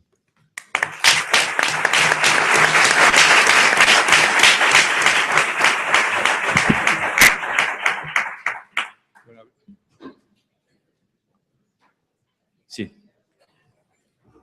Abrimos turno de preguntas. Sí, hay una aquí. Perdón, para la gente que ahora, bueno, habíamos quedado en acabar a las 2, vamos a ver un cuarto de hora más, lo digo para que la gente que a lo mejor tenga viajes, pero que vamos a tardar como mucho un cuarto de hora más, pero queremos que preguntas que queden ahí, aparte de las que luego ya podréis hacer por los distintos medios, pero a ver si podemos responder algunas, que quede clarito algunas cosas básicas. Sí, mi pregunta es también muy práctica. Para Implementation Networks y Transfer Networks, ¿son necesariamente proyectos que vengan de anteriores URBACT o pueden venir de otras redes? Por ejemplo, MED. Sí. Es que no hay, there is no, I understand Spanish, but I prefer to answer in English. Yeah, there is no obligation to be linked to a previous URBACT. Can be an option, but it's not the basic requirement.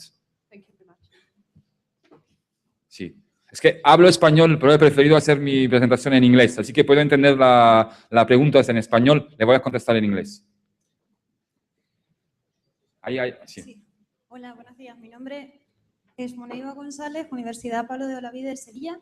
Quería hacer dos preguntas muy concretas. En primer lugar, si se sabe algo de finalmente qué es lo que va a ocurrir con la herramienta marco europeo de referencia para ciudades sostenibles, que para quienes no lo saben es una herramienta que ha puesto a disposición la Comisión Europea para las ciudades de forma gratuita para elaborar sus propias estrategias de desarrollo urbano, para evaluar el carácter integrado y además para ofrecer un sistema de evaluación y de seguimiento de esas estrategias. Y en segundo lugar, si sería posible que ciudades que ya llevan años haciendo planificación estratégica al margen de convocatorias de financiación europea pudieran presentarse para conformar una red de implementación. Muchas gracias. Dos preguntas.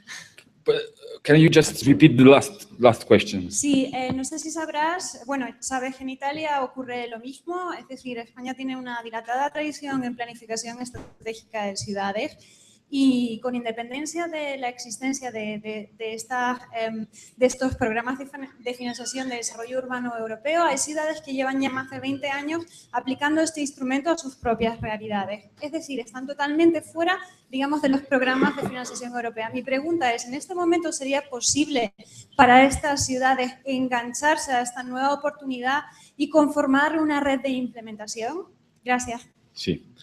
So the first question is about the reference framework for sustainable cities. So the last news that we have, because this was an initiative from the Commission and some member states, I don't know if you are familiar with, this was a website developed by the Commission in order to help cities in designing strategies and thinking about indicators and how to monitor. This was an initiative by the Commission. The last news we had is the Commission is not supporting anymore this initiative. So the website will not receive more European money to do so. Now we know that France was one of the leading member states. They are trying to see if at national level they will find resources to continue working on this.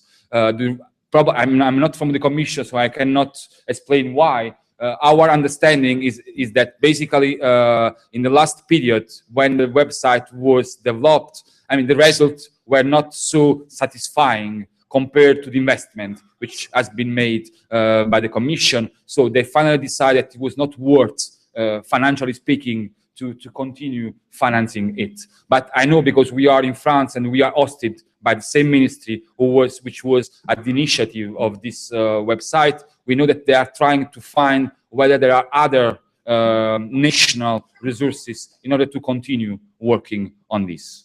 The second question is about, yeah, definitely yes, in the sense that, of course, our reflection about implementation network started because of the European Fund and because of the new framework. But as I was saying, this is not exclusively dedicated only to plan financed by European Fund. You can have other type of financing. But what is important for the implementation is the fact that the strategy is already there, is already approved by the political, let's say, parties, and that you have already the financial means to implement. But then, from where the financial means are coming from, this is not a criteria for us.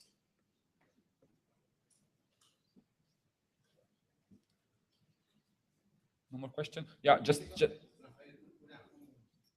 Una pregunta que me parece que es importante que quede por lo menos mencionada, que es ¿cuáles son los temas prioritarios para URBACT? O sea, que unas ciudades quieren entrar a formar una red, ¿cuáles son aquellos temas que son realmente prioridad para URBACT? Yeah, two. Actually, the thematic cover, what we call the thematic coverage for URBACT, will be based on the 11 thematic objective of the cohesion policy for 2014-2020. These are the same topic for URBACT. So a city can propose a project linked to one of the 11 thematic objectives. Then, of course, and on these I think that we are perfectly in line with the presentation given by the ministry, there are some topics among the 11 which are more urban than others. I'm talking about the zero emission urban environment. I'm talking about social exclusion. I'm talking about competitiveness for small and medium enterprises. There are some of them which are more urban, but I mean, we believe that all 11 topics can be urbanized in a way and can be relevant for cities. So we'll be on the 11 thematic objective of the cohesion policy. Yeah. ¿Pueden participar en estas redes ciudades que no sean de ningún Estado miembro de la Unión Europea? Países mediterráneos, Asia, etcétera. At their own cost, in the sense that we cannot finance cities outside from the European Union, because these are the rules of the ERDF. But then, I mean, there are other schemes, like the pre-accession schemes or other type of schemes that cities from outside Europe could use to have money to participate in URBACT. But once they join the URBACT network, they have more a kind of observer status. So they are not, I would say, fully involved in the activities. I just wanted to mention that, of course, this PowerPoint will be uploaded on the website of the ministry, I guess on the website of the National Dissemination Point for Spain, and then, of course, you can find quite easily my contact details on the website. Of course, I'm completely available to answer any other question that you will digest while going home.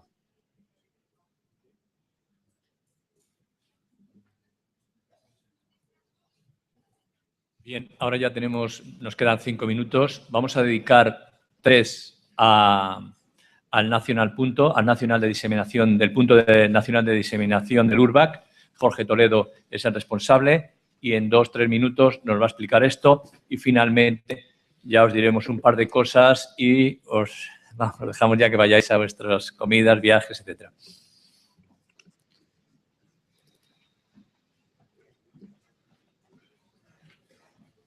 Bueno, muy rápidamente, un par de minutos, simplemente para que conozcáis qué es el punto de difusión nacional, que sepáis que existe, porque es una entidad de URBACT que se ha conocido poco, hasta hace unos meses, digamos, o desde el año pasado. Y, bueno, explicaros un poco lo que hacemos y en qué os podemos ayudar. Nosotros somos Ecosistema Urbano, somos una agencia que trabaja en la ciudad, en temas de arquitectura y urbanismo. No voy a extenderme sobre lo que hacemos, pero funcionamos también como punto de difusión nacional de URBACT. Es decir, tenemos un canal principal que es este blog, del cual una sección, podéis ver a la derecha que hay un banner que os lleva a la sección de URBACT. Ahí lo que hacemos es traducir y publicar noticias que nos llegan desde URBACT, desde la central, digamos, noticias a nivel europeo, artículos que se van publicando en el blog de URBACT, etcétera. Los vamos traduciendo para que haya también un canal de contenidos en español. Ahí veis también que hay un par de banners que llevan a un boletín, que es otro canal que tenemos de comunicación, es un boletín que sale mensual y en el cual incluimos noticias de URBACT, pero también queremos crear un espacio para que podáis compartir noticias de las ciudades, de lo que está sucediendo a nivel nacional, ¿no? Es un espacio que no había hasta hace unos meses y creemos que es muy interesante. Nuestra idea es llevar un poco del sistema centralizado ahora, del cual nosotros comunicamos lo que hace URBACT, ir evolucionando poco a poco. Bueno, cada ciudad tiene sus redes europeas, pero entre sí no se conectan. Entonces, tratar de favorecer que las ciudades españolas funcionen un poco en red. Es un poco lo que sucede con el seminario que hubo ayer, por ejemplo, que se ha hecho otras veces, concretamente 3, que sirve un poco como prototipo de esta experiencia, ¿no? Donde la gente se puede encontrar de distintas ciudades y descubren que hay temas en común que sí que se pueden compartir a nivel nacional. Hay un contexto, hay toda una serie de cosas que se comparten. Estamos intentando evolucionar hacia ese rol, ¿no? Entonces, de momento tenemos este boletín. Podéis apuntaros online o también ahí fuera hay unas hojas por si queréis apuntaros o vayan llegando noticias. También, bueno, nos movemos en Twitter. Creo que estos días hemos inundado Twitter de URBACT. Y también se hizo, precisamente a raíz de un seminario, de uno de los seminarios nacionales, se hizo un grupo en Facebook como de socios y miembros de los grupos de apoyo local, que también podéis usar. Es una herramienta que está ahí para comunicaros. Poco a poco iremos encontrando qué canales nos sirven más para que también os podáis poner en contacto, ¿no? Unas ciudades con otras. En principio esto es lo que hay. Estos son los canales, nuestro Twitter, URBACT_es, un par de grupos de Facebook donde comunicamos y principalmente la página web. De ahí podéis llegar a todos lados. Gracias.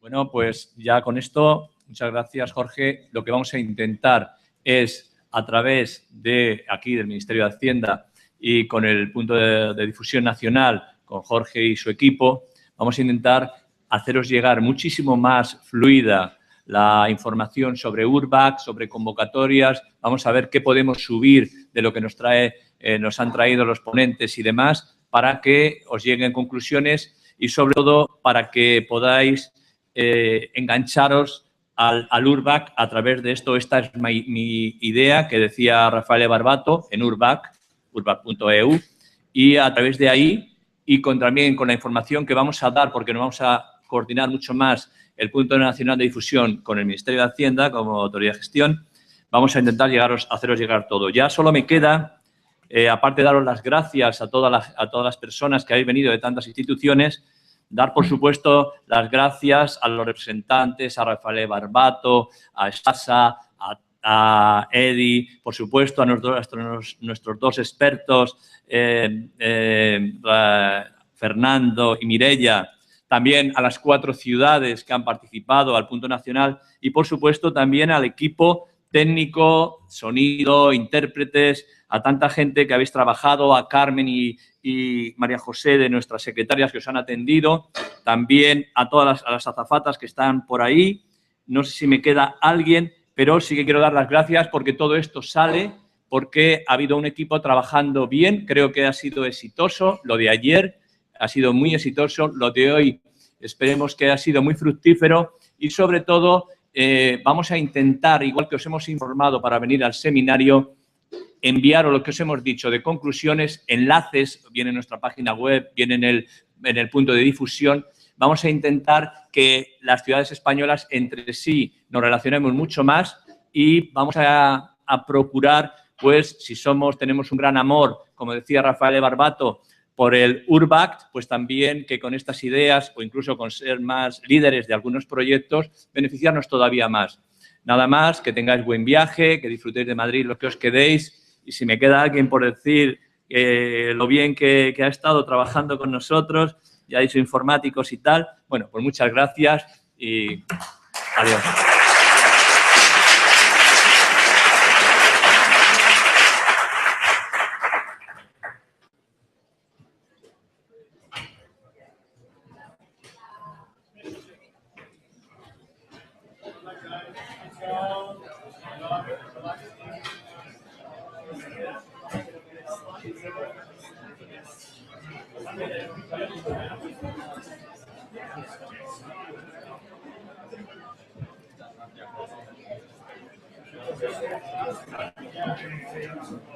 Vamos a poner esta presentación aquí. Sí, espera, voy a dejar esto aquí. Vale, por ahí.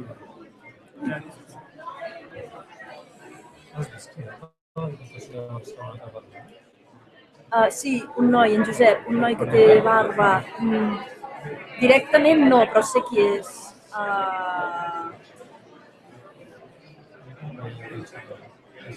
Digues? No ho veia quan xerrava. Sí. Hospitalet. Ayuntamiento de Hospitalet. To the Mac. Yeah, you need to take to the bottom.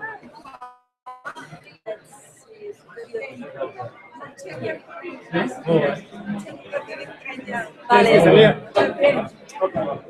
Nice to see you. Lovely to see you.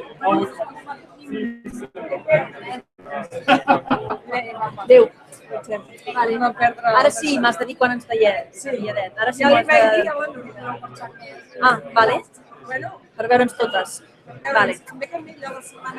Sí? Vale, perfecte. Vale. Vale, ja m'ho direu. Sí, buen viaje. Raquel, i moltes gràcies una altra vegada. De què? Adéu, guapa.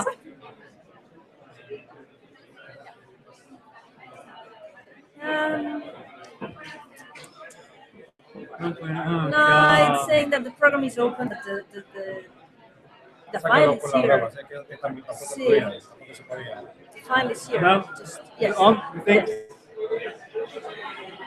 Another one? Do you have all the presentations, especially the one from Ministry and Eddie? They should be here.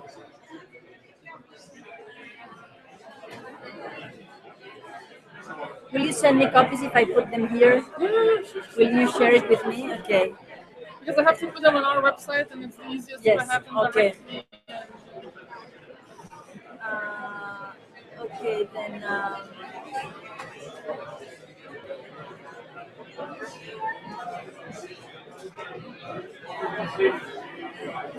that might be more on things, but because I'm going to copy all the folder, okay, and put it. ¿Y es fa còpia? Bueno, ja està pegat, mira, ja està. Okay. It was empty, eh? It was...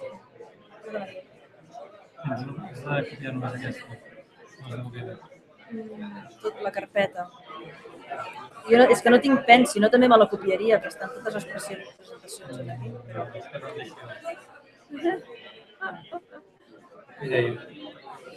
Vols deixar-me'l i el passo ara en el meu ordinador? Si me'l deixes, el passaré després al meu ordinador.